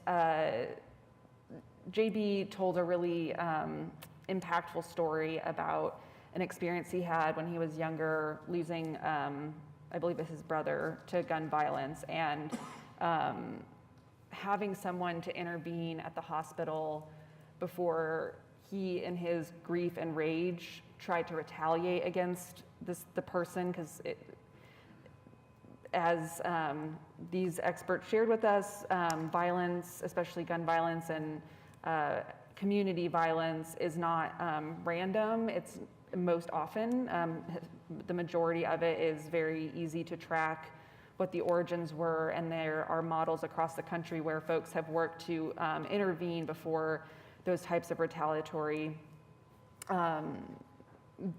acts of violence escalate. And so that was JB's, one of his experiences that inspired him to try to work to bring a model like this to Oklahoma City. And this was sort of one of the first opportunities to bring in experts from across the country, as well as partners from across the city and community, to talk about the facts about what violence looks like in many communities, and what real solutions there are besides kind of playing whack-a-mole, as we often do, and honestly responding to this community trauma that is resulting in this type of violence with just more violence and surveillance of those communities.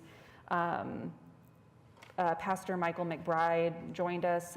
He is with Live Free USA, who is just working on supporting communities, working to develop models like this. And we had representatives from many faith communities, the police department, philanthropy arms, just so many different parts of the community coming together to work towards real solutions to a problem that I think gets a lot of stigma, and the people that might be engaging in this type of behavior are often stigmatized and criminalized rather than us trying to learn what the roots are that are driving people to this kind of violence.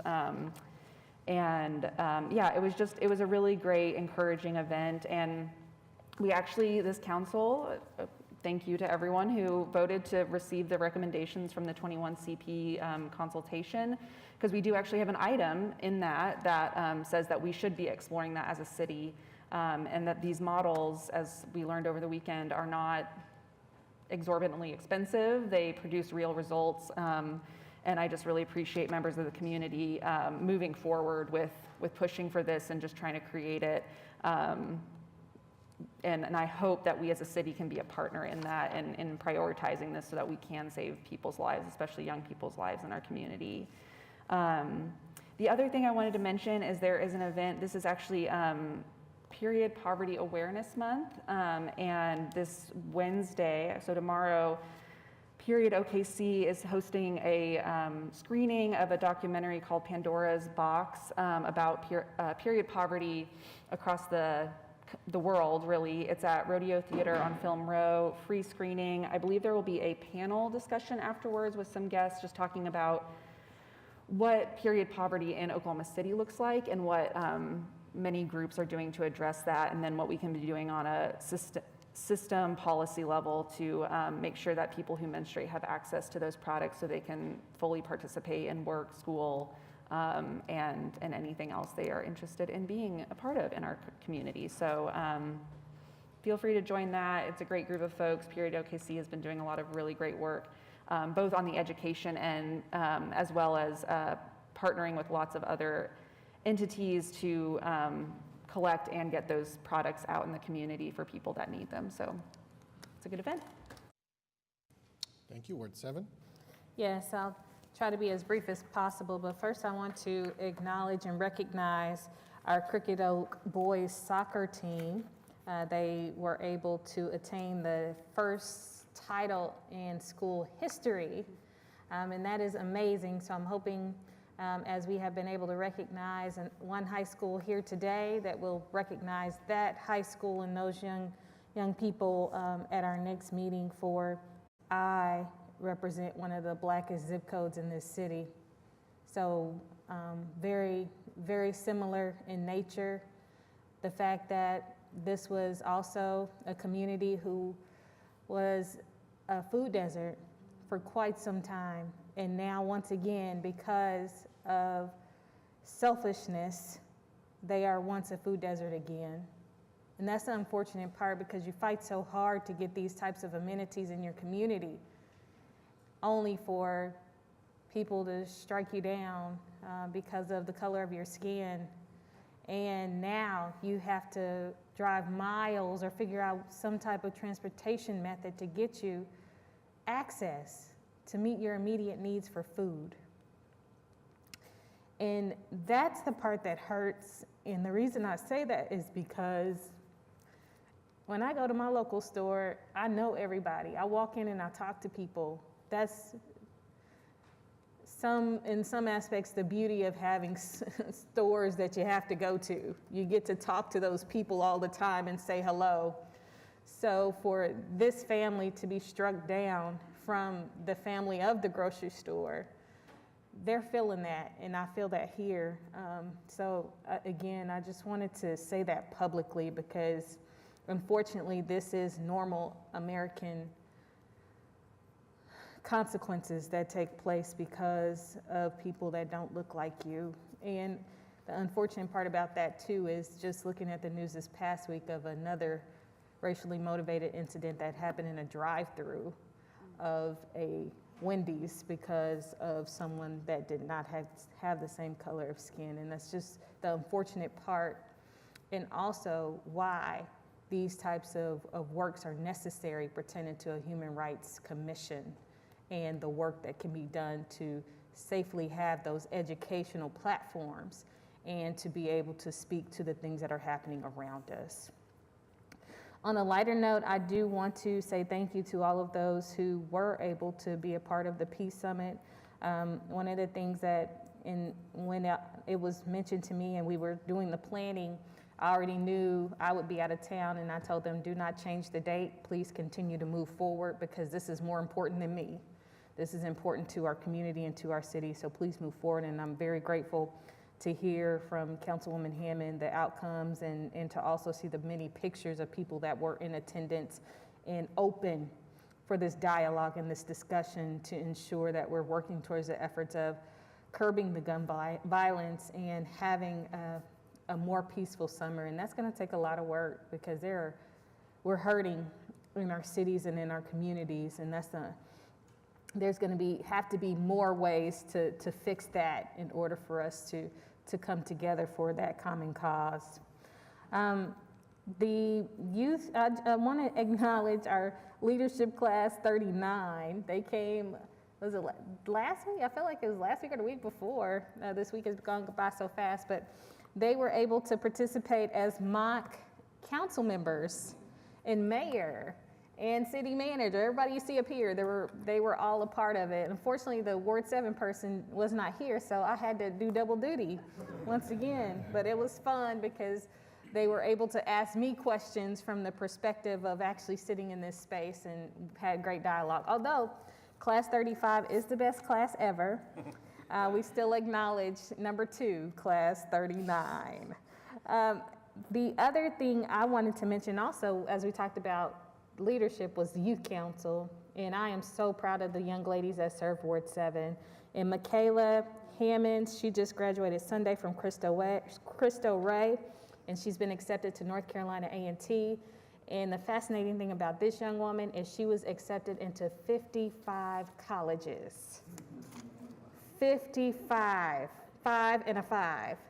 And she's from Northeast Oklahoma City. So that itself speaks volumes, and she received a free ride to the HBCU North Carolina A&T.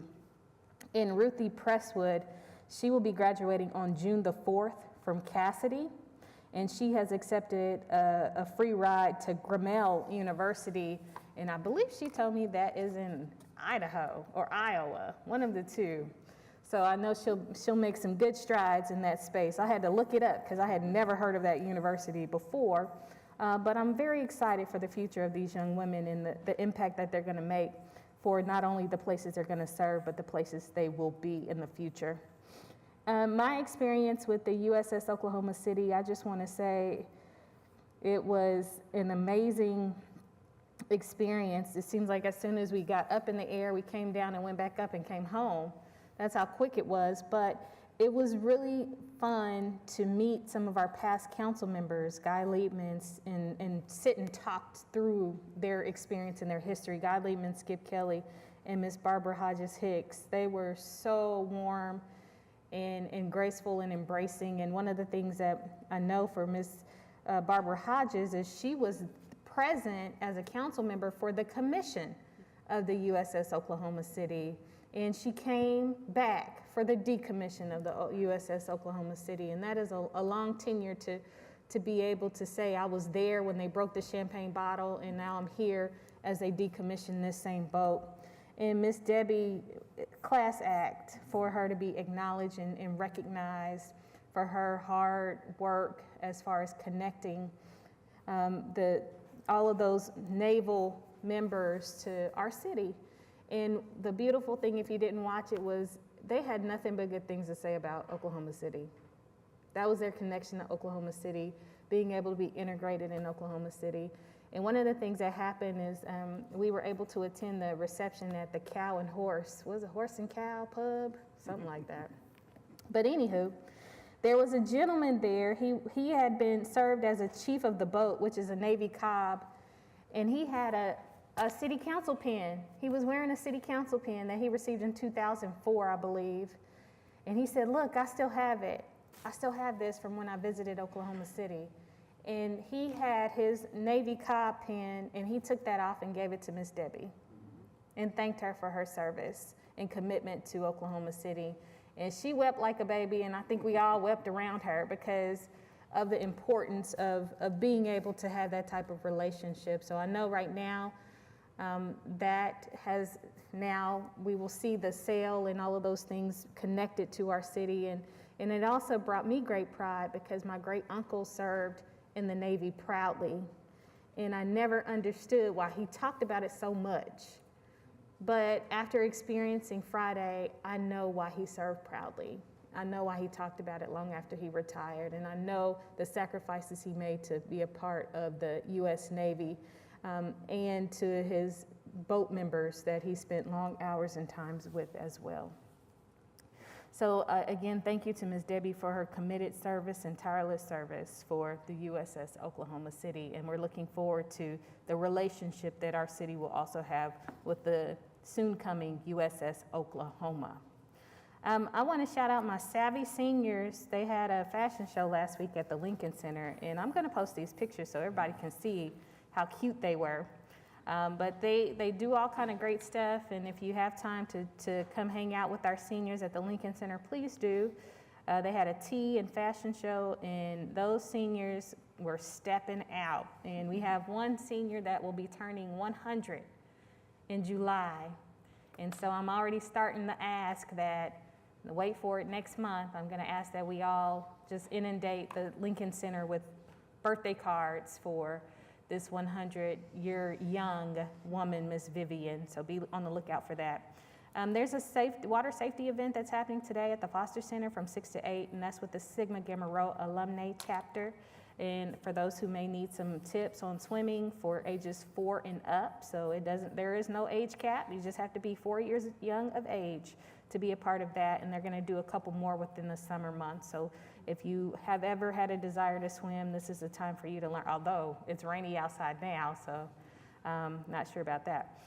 Britton District, 12 to 6 this Sunday, we're going to be gathering at the Alcourt to celebrate the booming businesses within the district, so I hope you will join us to be a part of that. And my last one, and I'm going to ask that we also see about getting this out to the public.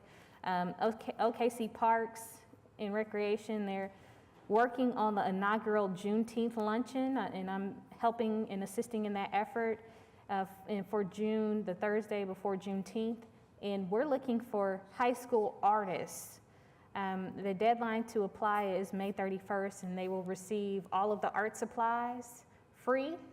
We just need willing participants and young people for them to be a part of this effort for us to raise money for the Willa D. Johnson Endowment Fund to continue in that effort. So I'll be posting that, and I'm hoping that we can also get that with our PIO out to the public for us to be able to have some more information about it as well.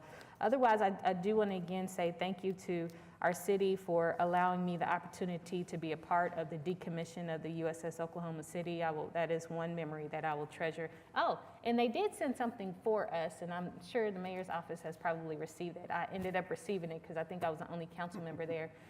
But the commanding officer gave us a box, and I'll make sure you all get to see it. He gave us parts of the boat. And there's a little anchor and a little metal that's in a box, but he presented it to our city. So I'm hoping we can have that on display for others to see, or take a picture to make sure that we get to show it to our city, that we have received a small memento of what that ship has done in the commitment for our city. Thank you, Ward 8. I just want to echo on Nikki and Bradley's comments. First of all, I want to thank Admiral Fogo and Undersecretary Slavonic for making the award that was given to Debbie Martin. The highest civilian award that the Navy gives was given to Debbie Martin for her 26 years of service with this boat. And when I got there, I thought there'd be maybe 40, 50, 60 people there. there were probably 300 people there. And they came from all over the world. And we talked to so many, and Nikki had that great story about the pen, but we talked to so many different people that one person came from Japan. We learned that the galley and the dining room, that because of the special bond, it's named after the Cattleman's Restaurant. We learned the story, and I wish I'd have known this, I didn't until after the ceremony, a lady by the name of Heather Foster. She was 14 years of age when she designed the logo for the USS Oklahoma City. She lives here today. The logo hangs in the Capitol, but I think a shout out should go to her for traveling all the way there. The only thing that gave me a little pause is when, and this is because I'm a big Sooner fan, is when they talked about the award that the submarine won called the Hookham Award. But I got over that pretty quick when I found out that day. The motto for the USS Oklahoma City is the sooner, the better. And when you're an attack submarine, Los Angeles class, the sooner it gets there, the better. So we had a great time. My hat's off to everybody that participated in that project. And it's like Nikki said, it's something I'll remember for the rest of my life. Thank you. Thank you. That concludes item 12, which brings us to item 13, citizens to be heard. We have three who've signed up to speak. Maurice Bracy. Maurice, if you wouldn't mind stating your name and address and keeping your remarks to 3 minutes or less. Thank you, Mayor and Council. My name is Maurice Bracy. I'm here as a representative of the We Love You Foundation. We are a non-governmental organization founded in the 1990s by Zhang Gilja and her grassroots approach to help those around her. We have grown to be nearly 300,000 participants, which have carried out activities in over 67 countries. We are volunteers of every age and background. We come from all over the globe. We believe that if everyone has the heart of a mother, the world that we live in would be a much more beautiful place. The We Love You volunteers deliver hope and happiness to all people in the global village through volunteer activities. We fill the world with kindness and compassion to unite communities and garner appreciation for one another. The International We Love You Foundation has received more than 100 honorary and presidential awards from various countries and governments, including the President's Call to Service Award for volunteerism and the Green Apple Award for Best Environmental Practice. We come here this morning to extend our invitation to our local leaders to work with us through the following important initiatives: health, clean world movement, community well-being, education, emergency relief, and international aid. With that said, we'd like to exit with our heartfelt motto: 1, 2, 3. We love you. We love you. We love you. Wow. And we'd like to leave our contact information so that we can partner and help our local community. Thank you. Thank you.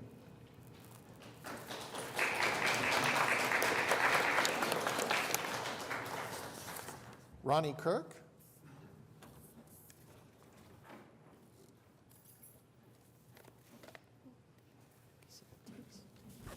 My name is Ronnie Kirk, from Ward 7. My address is 2328 North Missouri. About a month ago, we opened up a new golf center on the northeast part of town. I was at the luncheon. I looked around. A lot of people were greeting each other, talking to each other. These were some of the golfers that was at Douglas back in the 60s and 70s. One of the golfers, he still works at the First Strike Center. When Tiger Woods came to Oklahoma to open up the center, I went outside, all the dignitaries sitting down. There were 4 millionaires there. 3 ministers, 2 activists. You know, nobody mentioned anything about the golfers. Not a simple word come up about the golfers. Douglas has so much history, back during that time, we also had a gay drum major, Willa Pitts. He could throw that baton 25 feet in the air, high stepping, turn around and catch it. You know, I have a sign in the park today that the city put up for me, Men's Association Foundation, Oklahoma City. I took my grandkids over to look at it. I even had one of the contractors take a picture with my kids. And I told them that the city had put that sign up for me years ago.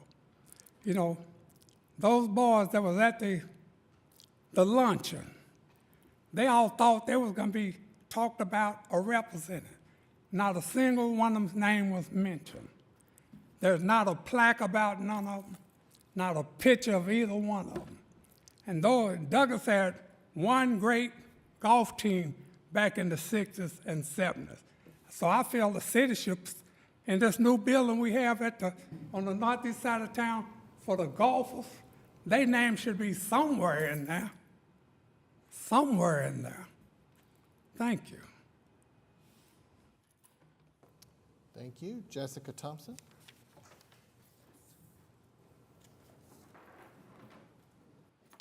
Jessica Thompson, 1414 Northwest 14th Street. First, I just wanted all the realtors in the room to stand up, if you could. Thank you for being here. Each one of us live in one of your wards, and we are here to, advocate for housing. I'm going to go ahead and pass out these. Some of you weren't here yet.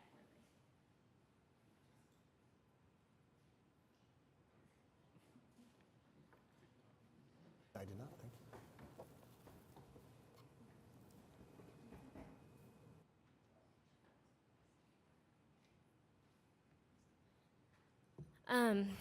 I'm up here because I did want to comment on a couple of things related to our housing industry that you may not be familiar with. Right now, interest rates to purchase a home are over 5%. They haven't been over 5% since before the pandemic in 2019. The average price of a home in Oklahoma City was $175,000. At 5% interest, your payment would have been around $1,300, not including taxes and insurance.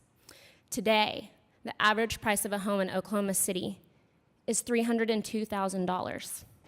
At 5% interest, your payment is $2,300. In 3 years, your payment has raised $1,000. And again, that's not including property taxes and insurance. So since the pandemic, home prices have rose nearly 75%. That's a really big deal. And on your sheet there, on the back side, it talks about jobs and how the average, and how citizens who are working in the 60% AMI, they represent nearly half of our workforce, and they can only afford up to $140,000 for a home. We have no market for them. And so we all are here to advocate for affordable housing and accessibility. We also believe in fair housing for everyone. So I wanted to put that out there and thank all the realtors for coming today on our first Realtor Day at City Hall and showing our council persons that we care. Thank you. Jessica, I'm sorry, just before you go, Yes. thank you for those numbers. They're horrifying. Yeah. Did I just hear you say that about $148,000 is about the amount that someone 60% AMI, that's Really affordable? around 133,000. 133. So when people toss, correct me if I'm wrong, film studies and poli-sci, so you're the expert on this. I just like to read. So when people toss around the word affordable, the number you just said would be what's affordable to you said 50 to 60% of our workforce? Correct. And that's the thing is, a lot of people can't even afford that today with the 5% interest rates. Keep that in mind.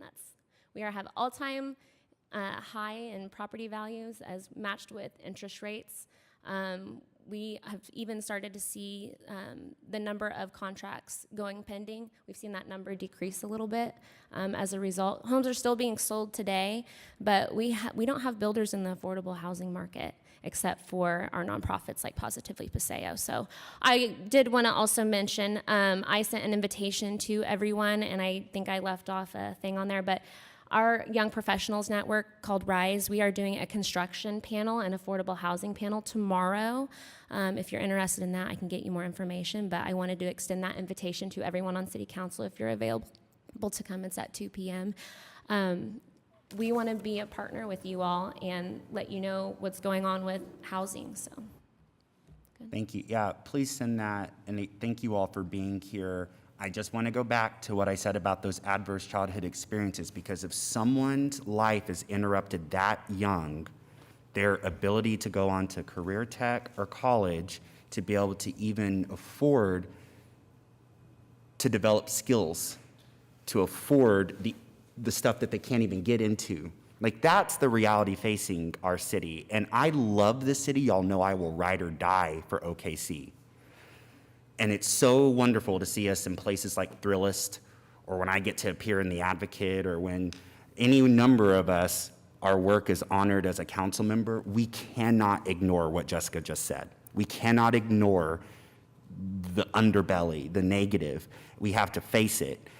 We have to. We cannot just be boosters. We have to be honest. And I know sometimes the honesty can come across as like negativity, and we don't want to hear it because it's uncomfortable. But I just come from a film background, and I can tell you that Royal Tenenbaums is one of the best movies ever made, but I can also look and tell you where it could be a bit better. And that's what I'm asking for today. I think it's what a lot of us who have been advocating are asking for. So thank you so much, all of you, for being here for that. That's wonderful. Okay, that concludes item 13. We will now be going into executive session as previously approved. That is item 3A2.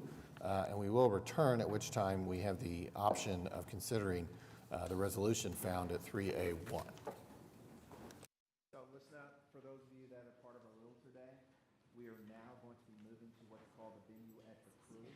It is on 619 Main, which is just one block this way, which is Main, and then one block that way.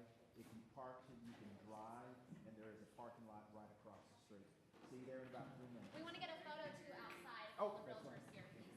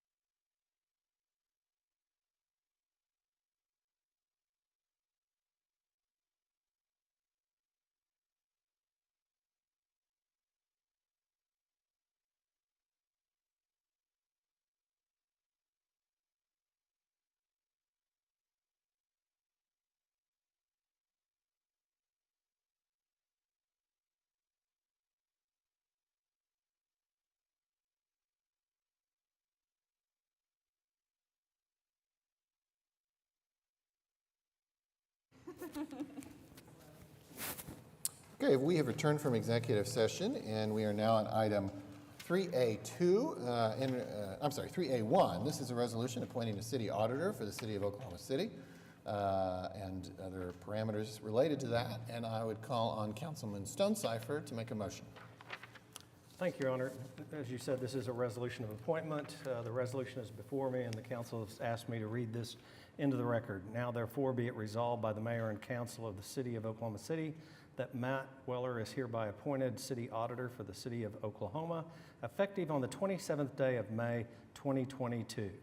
Number 2, the annual salary for the city auditor is hereby set at $176,227.20, $176,227.20, together with the benefits that are set forth in the resolution, with such salary and benefits to be paid in a manner consistent with the city's payroll system, effective on the 27th day of May, 2022. Number 3, the city auditor will additionally receive an annual allowance of $7,000 payable monthly in lieu of reimbursement for automobile expenses incurred during the performance of the duties of the office. All right, That is the motion. Very good, and now I guess we'll just do that virtually. We have a motion and a second. Cast your votes. Passes unanimously and with the required 6 votes necessary to establish a salary. We congratulate Mr. Weller. Look forward to working with him in his new official capacity as the city's auditor. And that concludes today's business. We have reached item 14, adjournment, and we are adjourned.